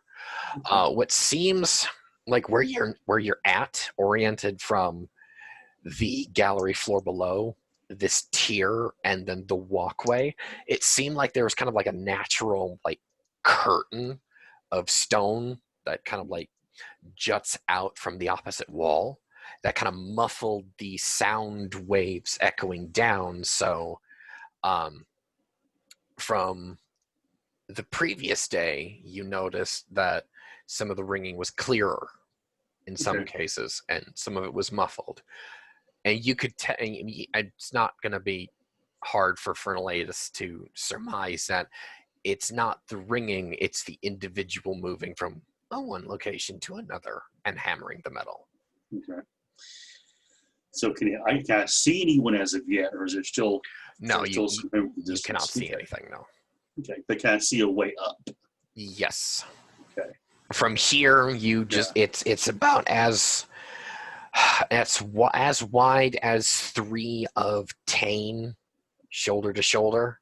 This ledge, it's a pretty good sized ledge. Okay. It can either go deeper into the cavern, or it can skate back along the way that you guys came, and it kind of makes this crescent moon shape there. Yeah, and there's no way to get the horses. No way to get the horses up here at all. No, not unless you have a crane. No. Okay. All right. He'll do a little scouting down the deeper way, being a bit. He's going to try to use his stealth, which he hasn't used as of yet. Nice. He is trained in it. Stealth roll of the campaign. Session 10, I believe, Ian. Let's be a 26.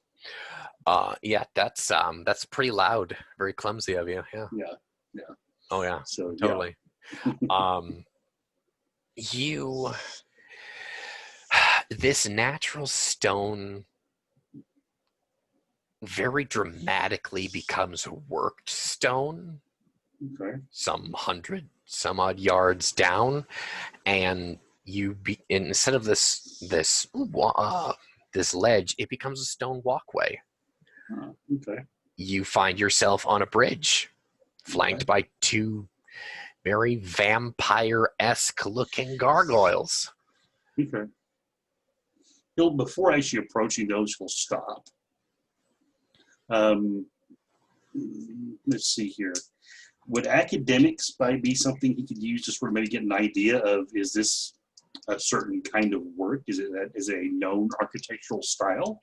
Nothing that you'd be knowledgeable of. Okay.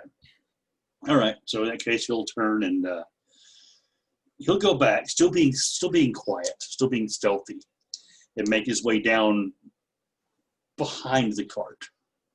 Not in the same way he went up. Trying to stay in the darkness a bit. Rolling in. Okay. Okay, that's going to be a 21 for that one. All right. And then the athletics rolls. The athletics roll is going to be a 16. Okay. So I have to get back down, and I'll wait till Dave gets back for this, because this is the darkness.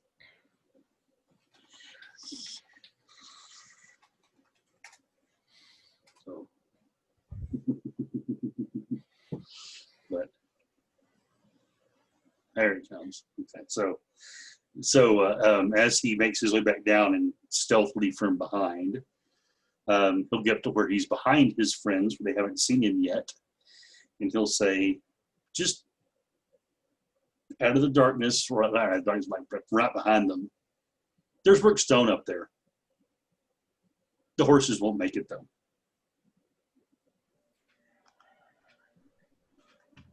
Rickstone. Workstone. Workstone. Worked stone. Okay. Sorry, the fangs make it difficult to speak sometimes. What? You have been speaking differently. The madness seems to have passed.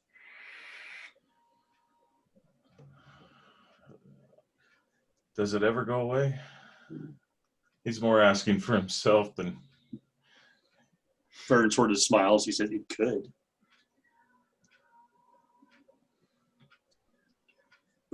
And he makes sure when he says that, his hands are like sort of clasped in front of him so that he's not reaching for any weapons or anything. But he just sort of smiles. He says, I'm afraid we'll have to leave the mounts behind. You seem to be taking great joy in that.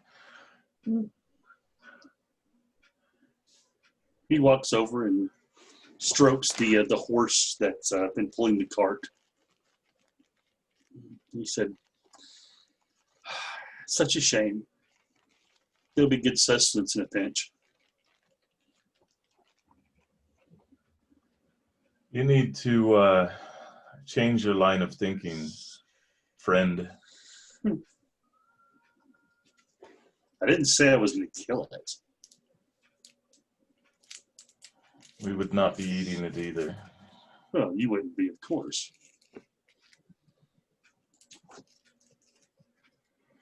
Either way, there's food above. We'll have to climb, though.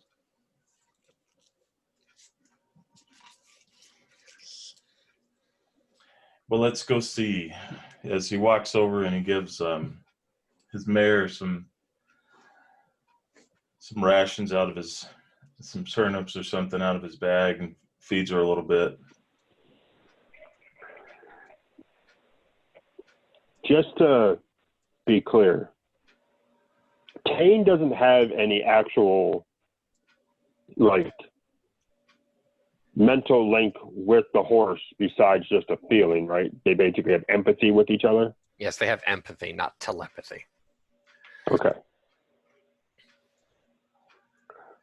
How quick and how acute is that? Tane is 4th level right now.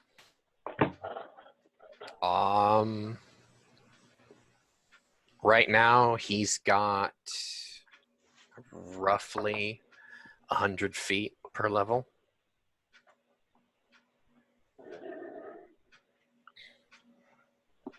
But she's probably feeling somewhat repulsed by him right now, though, too, because of the shadow sickness.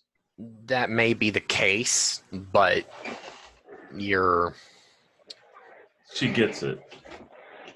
And the thing is, though, it dawns on you here and now that it's affecting her as well as you.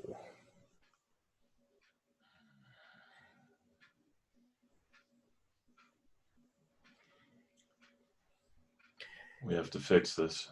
In simple terms, she has just as much corruption as you. In regards to this system, cohorts, animal or otherwise, they share the corruption of the master. Makes sense. Okay. They don't get a portion of it. They share it. You fail, she fails. You take on degeneration, so does she.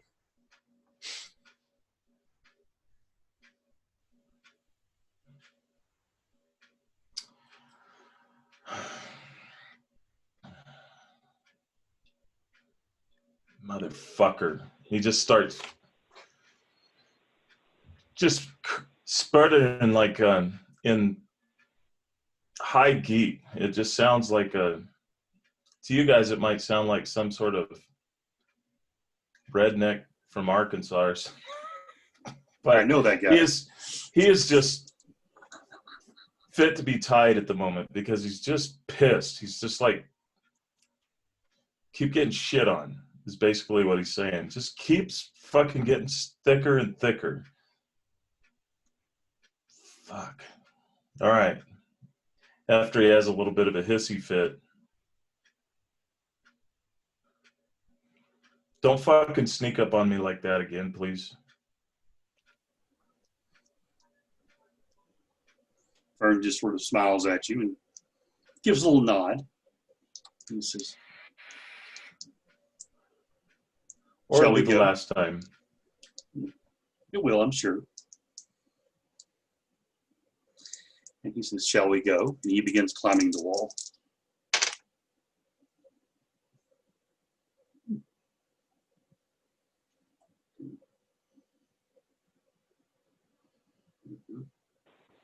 Do we think the horses are safer here or out where we made camp?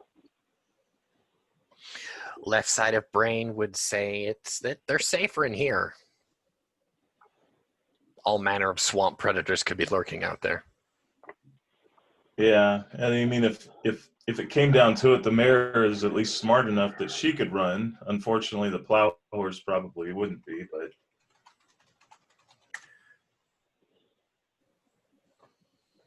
Okay.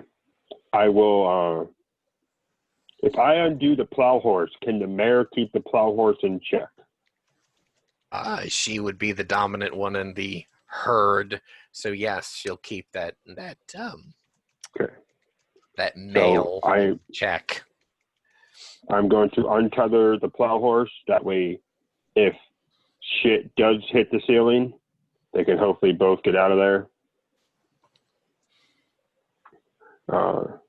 I will take what little provisions we might have left in the cart, including fabrics, strings, and other miscellaneous survival gear Of course. we have. And I guess I will begin the hike. Honestly, probably using the cart as a step up on the first one. All right. Everyone make climbing checks to get up to that second tier.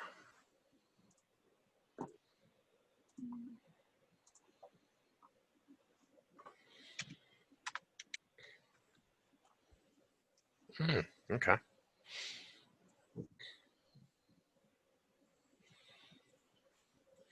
that's a specific skill, right? Otherwise, It's athletics. okay.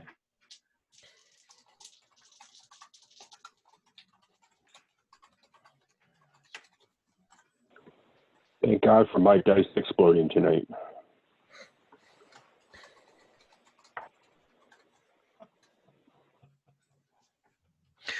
Perfect. Oh wow. 20s, 20s, 20s. That's why I was chuckling. Yeah. Wow. Okay.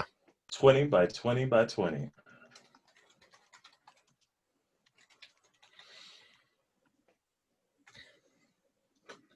Okay. So at the up on that ledge there, does Fern actually take the liberty of directing them, or does he not say anything? Oh yeah, he'll lead them. He'll lead them down the way that he knows where the stone is. Okay. So, As before, some very vampiric-looking gargoyles flank the kind of like this stone causeway from one side of the cavern to the other, and on the other side, it doesn't have exactly a portcullis, but an archway with two big wooden doors, which, for your guys' knowledge, that picture that I have up there is actually emblazoned on a blue banner, a blue-gray banner hanging outside that doorway. Thorn will actually hold up the last platinum piece he has. It matches. Son of a bitch. Knock, knock. they seem to expect visitors from this direction. Thus the banner. Otherwise, the vanity of that would just be tremendous.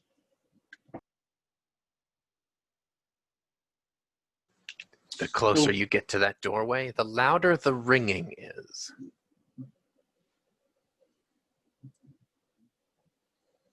So Fern will tentatively step between the gargoyles and start walking across the causeway. As you cross the causeway and stand before the doors, what do you do? For the two. Once they get there, I'll look to see, is there any kind of a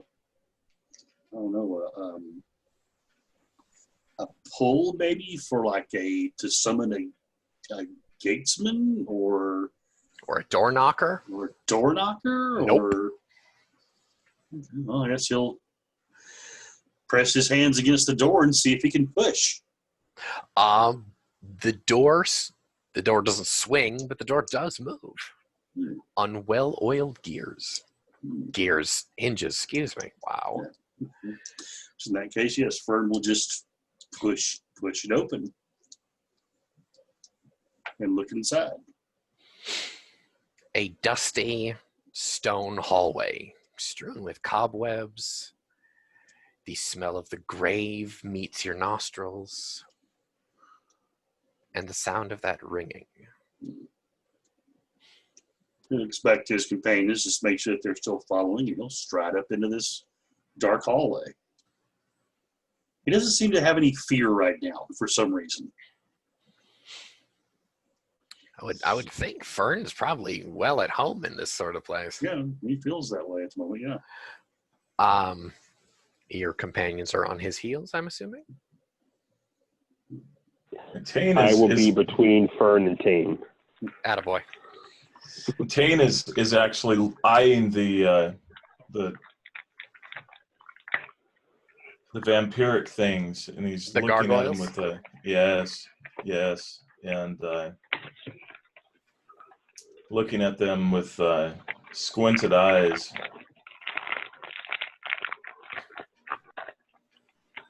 But walking slowly behind Amorous. Okay. I'm assuming, Keith, Fern follows his ears to wherever that smith is.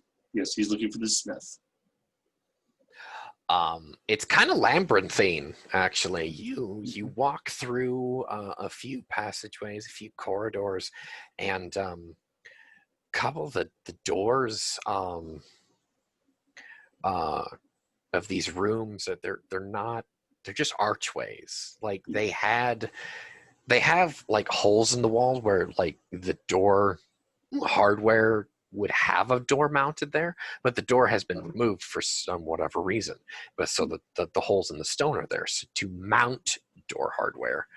In a couple of these rooms, you find people, and they're on beds, either like sitting there on beds, like staring off into space, or just sleeping there. Like a couple of them are like talking to themselves, really fucking cagey, and they all have this kind of glazed over look in their eyes, like you've heard of opium fiends from foreign lands, and that like super fucking way off, stoned out of their gourd look, and you could kind of like extrapolate like this is what they're opium fiends is what you're assuming. Okay. But they got color to them. They're all wearing the same off-white kind of tunic that has similar to the banner there. It's a trim like around like the hem of the sleeves as well as the waistband. They all have the same tattoo though. It's that fanged maw. Fern is actually going to walk into one of the places where the person's just sitting and going to go closer look at that and look at them in general. This is a little Nemersian woman. She is maybe like 20, 22 some odd cycles old. He's gonna look because he has a suspicion of what this is. He's looking for, say, looking at the wrists, at the neck, different places in the body, looking for possible bite marks or places where a person may have extracted a modicum of blood, maybe a knife mark or a incision. Yeah, she's got what Judas Priest would like to call love bites. Mhm. Okay. Tane comes walking up behind you, just strides up there next to you and says, "What the fuck do you think you're doing? You're going to feed on these?" Well, this is the larder. We found the larder, and he motions toward the young lady's bite marks. She's already dead, and he goes to reach for his weapon. She's not dead. She's sitting there on the bed, just kind of not all there. She's better off in the next life. Does Tane reach for the mace or for one of his ebon weapons? He goes for his broadsword. Fern will step back. He'll actually lean up against the wall and sort of clasp his hands in front of him with a smile on his face. I reach up and I grab her by her hair to hold her head in place, and I go rear my arm back to like I'm gonna take her head Those off. are not yours. They are already dead. That is not for you to decide. There's a fourth voice from the doorway behind you. Who is this that speaks to me as if I should care? I'm here. Fern A will look voice over. from the doorway. Fern will look over to the doorway. I assume he turns and bows that you are the master of this place, or at least an agent thereof. You can call me an agent, yes, but I'm the warden of at least this wing. Warden. Put that sword down, or I'll cast you back down the hole. Oh, don't do that. All three of you. He's ignoring the rest of you and just looking at Tane. There isn't probably a little bit of aura exuding from this guy. Oh yeah. Okay, so it's going to cut through what I'm going through right now. In other words. Oh yeah. Just So I throw would it like anywhere, Dave. Sorry. Anyway, no, his neck. His neck. No, you feel the predator's taint, I suppose, in Fernaleus. This individual makes Fernaleus look like a kitten in comparison, as excrement to cream. This is an individual not to be trifled with. Put down. Okay, for the love of all that is holy, could we please get out of this room? The vampire steps back and offers you a way out. Fernandez will take this way out as he goes by, nodding to him, and steps around and says, I do apologize for my traveling companions. They're not from around here.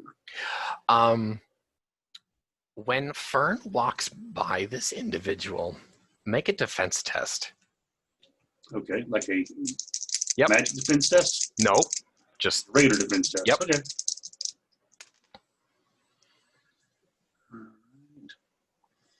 That is going to be a 21.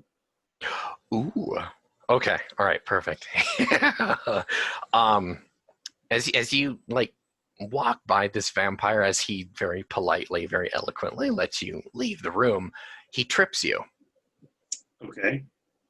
And you fall past him out onto the floor into the dust face first. Okay. And the way he tripped you, he made sure your teeth hit the stone floor first. And you hear him spit, "Wretch." And he spits on you. Fernandez will lay there for a second. And then he will lever himself up and turn and give this guy a long stare. You dare level me with your eyes, half-breed? I look at a warden. I am a scion of a house. Cower, filth. Or I'll cut you down here and I'll bring your head to your father. He's upstairs. I draw my sword. Oh, for fuck's sake. Double ones in his self-control. So I dare you. I charge. Double ones in his self-control. Oh, all right. He pissed me smooth the fuck off. This is funny because it's about the same time that Tane was actually bringing himself under control and sheathing his sword, and then you see Fern just draw his sword. As I said, Kane, give me the mace. I roll double ones in self-control. So Oh. I'll do a reaction. Yeah. God damn it. All right. Oh, fuck. Okay. Let's see. That's going to be 8. That is going to be a 19 on my reaction test. Ooh. All right.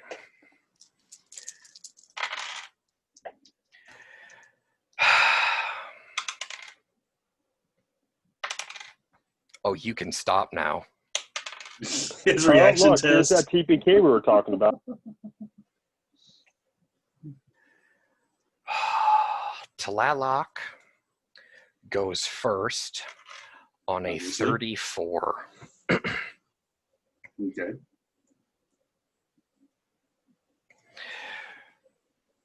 All right, hang on. Oh, shit. Does anyone else wish to join the battle, or is this just going to be a cutscene between these two? Speak now or forever hold your peace. 1, I asked Tane for the mace. 2. Okay, that is your action. Tane, Oh. Yeah, do you give it to I him? throw him the mace. Okay, Well, cutscene it is. because Um, I was actually going to walk right through the both of them and go out the damn door. Mace in hand. This this might end too quickly for you to actually get to the hole. That's fine. I mean, I can make a reflex if you want me to. Hang on. Okay, so you can stop now.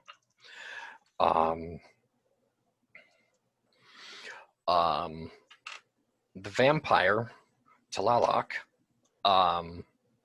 he with the celerity of an elder vampire, you see the stroke come in from Fernaleus's sword, and he just gets out of the way. A centimeter is all he needed. And you hear him mutter, "When someone flashes their fangs at me, I knock them out." And he casts Fist, Mhm. Okay. the spell that every fighter knows, Yeah. Well, monks know better. Yeah. right?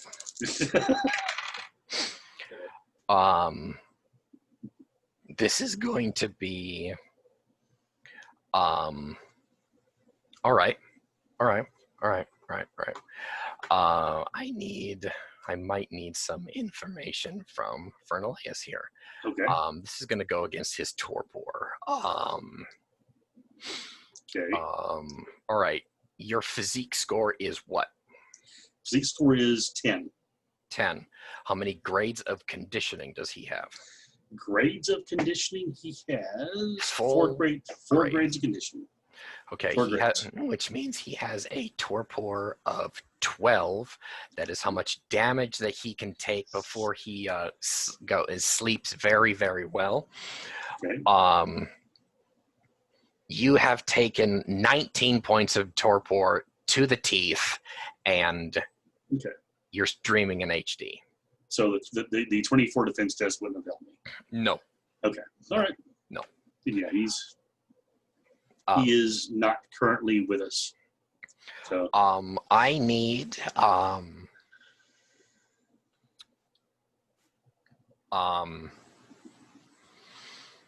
I need a straight. Fuck. I don't even. That roll me just a straight physique test, Keith. Okay.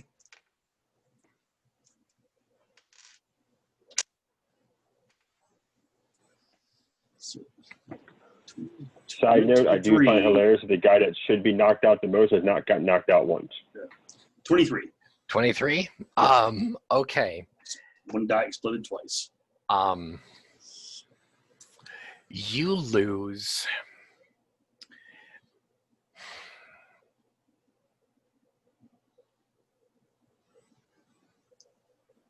The front 3 teeth on the left-hand side. Okay. So one of your fangs was knocked out. Oh yeah. Snaggletooth. Right. So to unpack that scene for us, gentlemen, Fernaleus goes into what you found is this place where they keep the food. Fernaleus was attempting to feed upon said food. Yes, no, correct? No, he was just looking at it. He was wasn't just actually trying to looking. feed on it. Okay, he was just Yeah, looking. He was like, "Oh, is this what I think it is?" Tane assumed the warden showed up. The warden attempted to put the pup in his place. The pup then showed his teeth, and the warden knocked his teeth out. Yeah. All in the span of about 6-8 seconds. Fernaleus is now in a crumpled heap, and the vampire that stands before you just levels the two of you with a glare. And Tane says that's about time he got taken down a couple notches. Well done. Says the food. You're not I there, am Keith. way, Shut up. I am way too sober for this. I am way too tired for this. I want to go upstairs. I would like to get an actual meal and not deal with any more bullshit. I think the source of your problem is going to be sleeping. Can you carry him? I cannot. I have a bum shoulder. He just I'm walks kind of over, fucked up grabs, too. just grabs Fernaleus by the collar of his tunic, his belt, and just. Please be gentle. He's not in his right mind. I know that's a common enough scene right now, but it's what it is. And Tane was actually kind of uncharacteristically laughing already at the sight and just the humor of it all, because it's very amusing to him at the moment.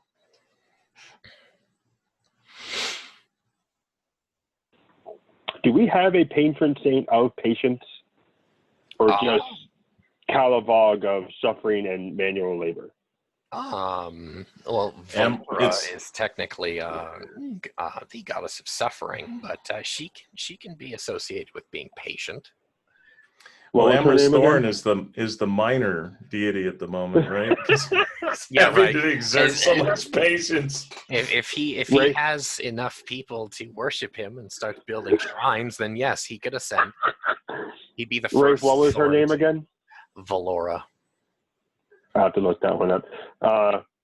If he knows of that one, he will give a silent prayer to her, because he rolled a 33 on a control check during all this crap. But he is like the parent who is in control but is about to snap. Oh, so like Steph on most days. Yes. Moving on. The vampire, the warden there. Edit that out, please. No, thank you. Yeah, right. We'll he'll just roll his eyes and just come along. I suggest you stow your weapons. And he just kind of shoots an eye to the Fey iron amongst your equipment. And just kind of, I'm assuming Amorous is the one who is still holding the mace. Yeah. So out of curiosity, and we're going to backtrack a moment here. When you said that weapon could one-shot Fern, was that talking about which side? Well, guess. Would I know which side? Let me put it that way. Probably not. Okay, I don't want to meta, so I'm not even going to go into it. Okay. The warden guides you through the twists and turns of the catacombs here. And you walk through what looks to be a blacksmith's workshop. And to your horror, there is a team of wights working the metal here. Undead beings wielding hammers to work for eternity if need be. You just find yourself in a room full of these undead abominations working metal. The warden walks you through here, and he just nonchalantly, never mind them, they are working tirelessly. You find a spiral stairway. Do they ever speak? They do. When spoken to. I look over and, may I? Now, Maybe later.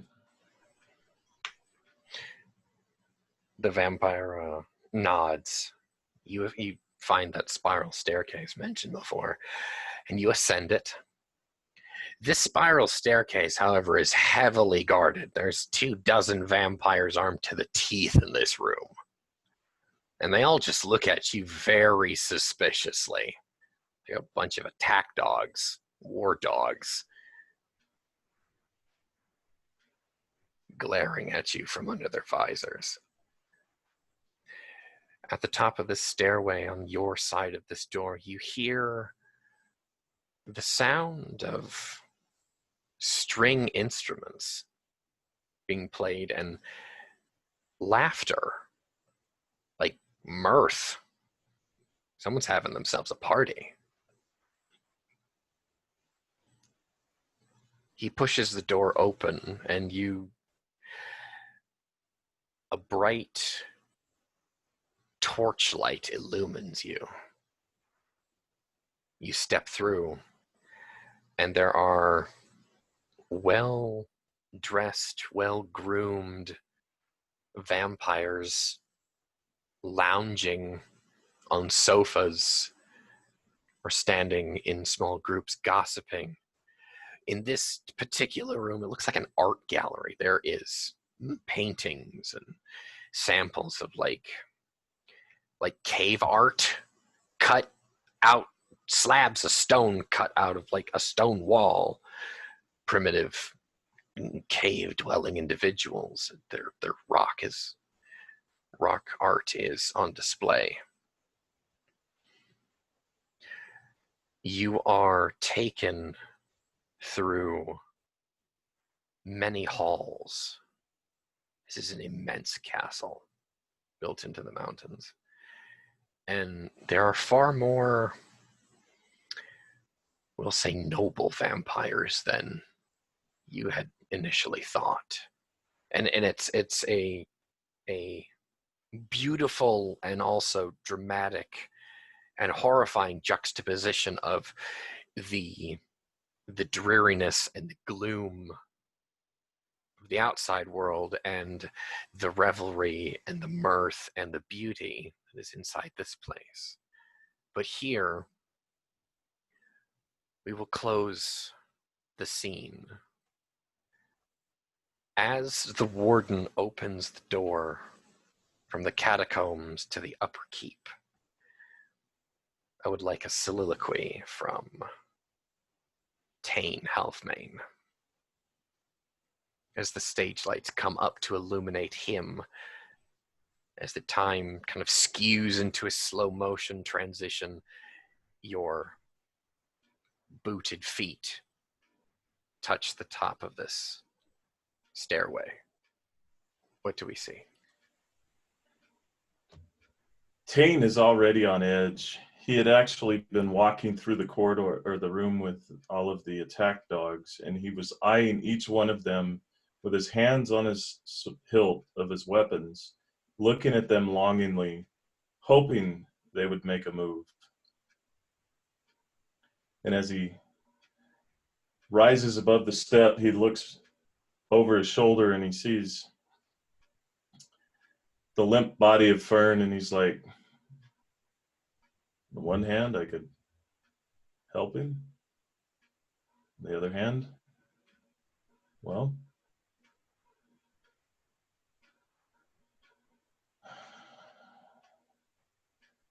I'm not sure. These are foreign thoughts to me. And he's just looking around and he's just, but it feels so good. And he just leans in and sort of stretches, and his hand falls and almost reflexively touches his horsehair fob. And he grits his teeth for a second. He just looks down and he's like, what a fine mess.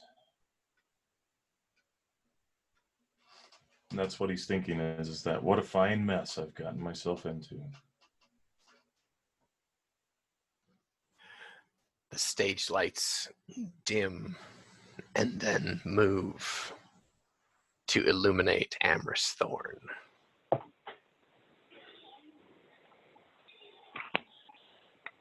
Amherst is in that state of high tension, patience wearing thin.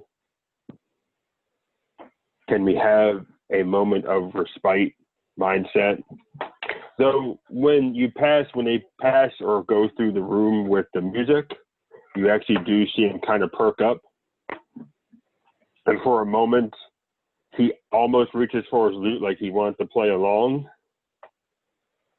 But then he saw the staircase with all the guards and attack dogs basically, and it kind of sobered him back up a little bit, and he's not in a funk, but he's kind of in that whole state of crap. Which boot is this now? 3, 4, 5? How many more are going to fall before I can freaking get a drink? And we can just stop for a moment. Yeah, you smirk over there like that. I see you. And he looks back at Tane, and he knows Tane is all sorts of fucked up right now. He looks over at Fern, and he probably saw the fang pop out of the guy's mouth, and he's like, yeah. Oh, you did. He brought that one on himself. And their whole time together, the three of them, Amherst knew he was by far the weakest one physically and the one probably most prone to, falling for all this really vile crap. So part of his brain is like, how in the literal fuck am I still standing with this black fingertips? And these sumbitches have instinct teeth. What the hell? And he's just part of his brain is just stuck in this whole, what's going to happen now? How much more are we going to be screwed? did I just lose both my friends because he knows, even if he doesn't know they actually hit their limit of shadow sickness, he knows they're pretty and well fucked up, and part of his brain is saying, am I actually losing my friends? Am I actually going to have to turn my blade on my friends because they are no longer my friends? And that in and of itself is probably the saddest thought to cross his mind right now. And he's just going to sink into that cycle of self-deprivation, exhaustion, the fuck is it called? Ennui, ENNUI. Yeah, that funk. He's stuck in that funk.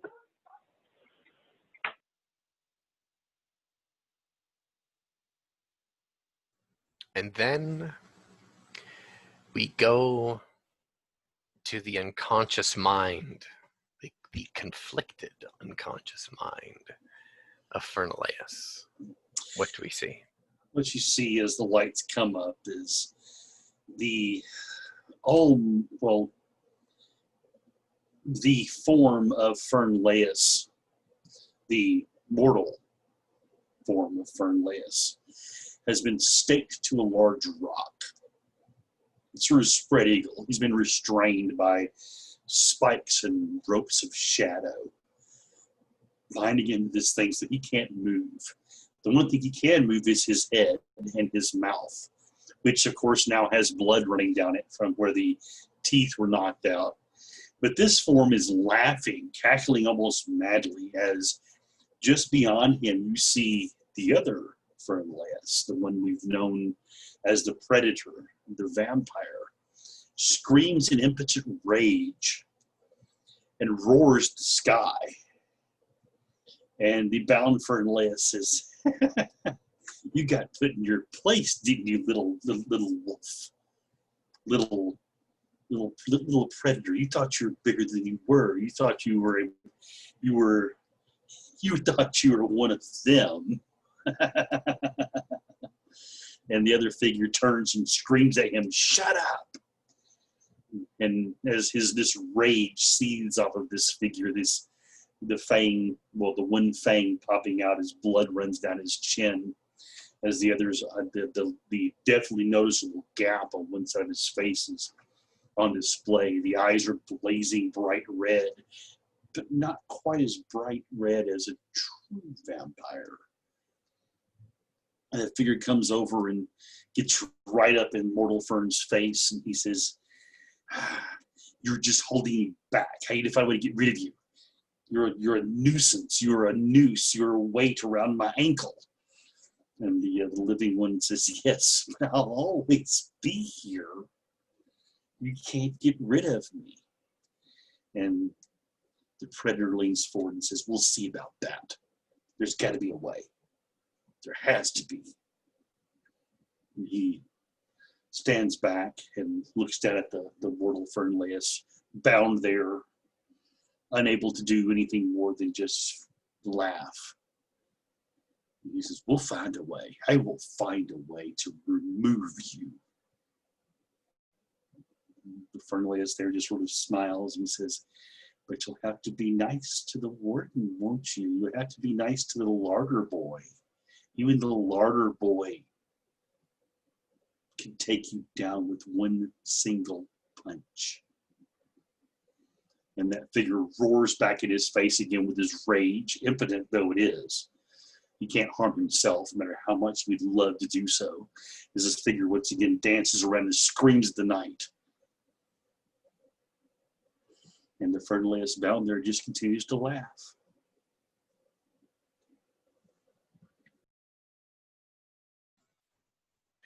And with that, we will close the session here.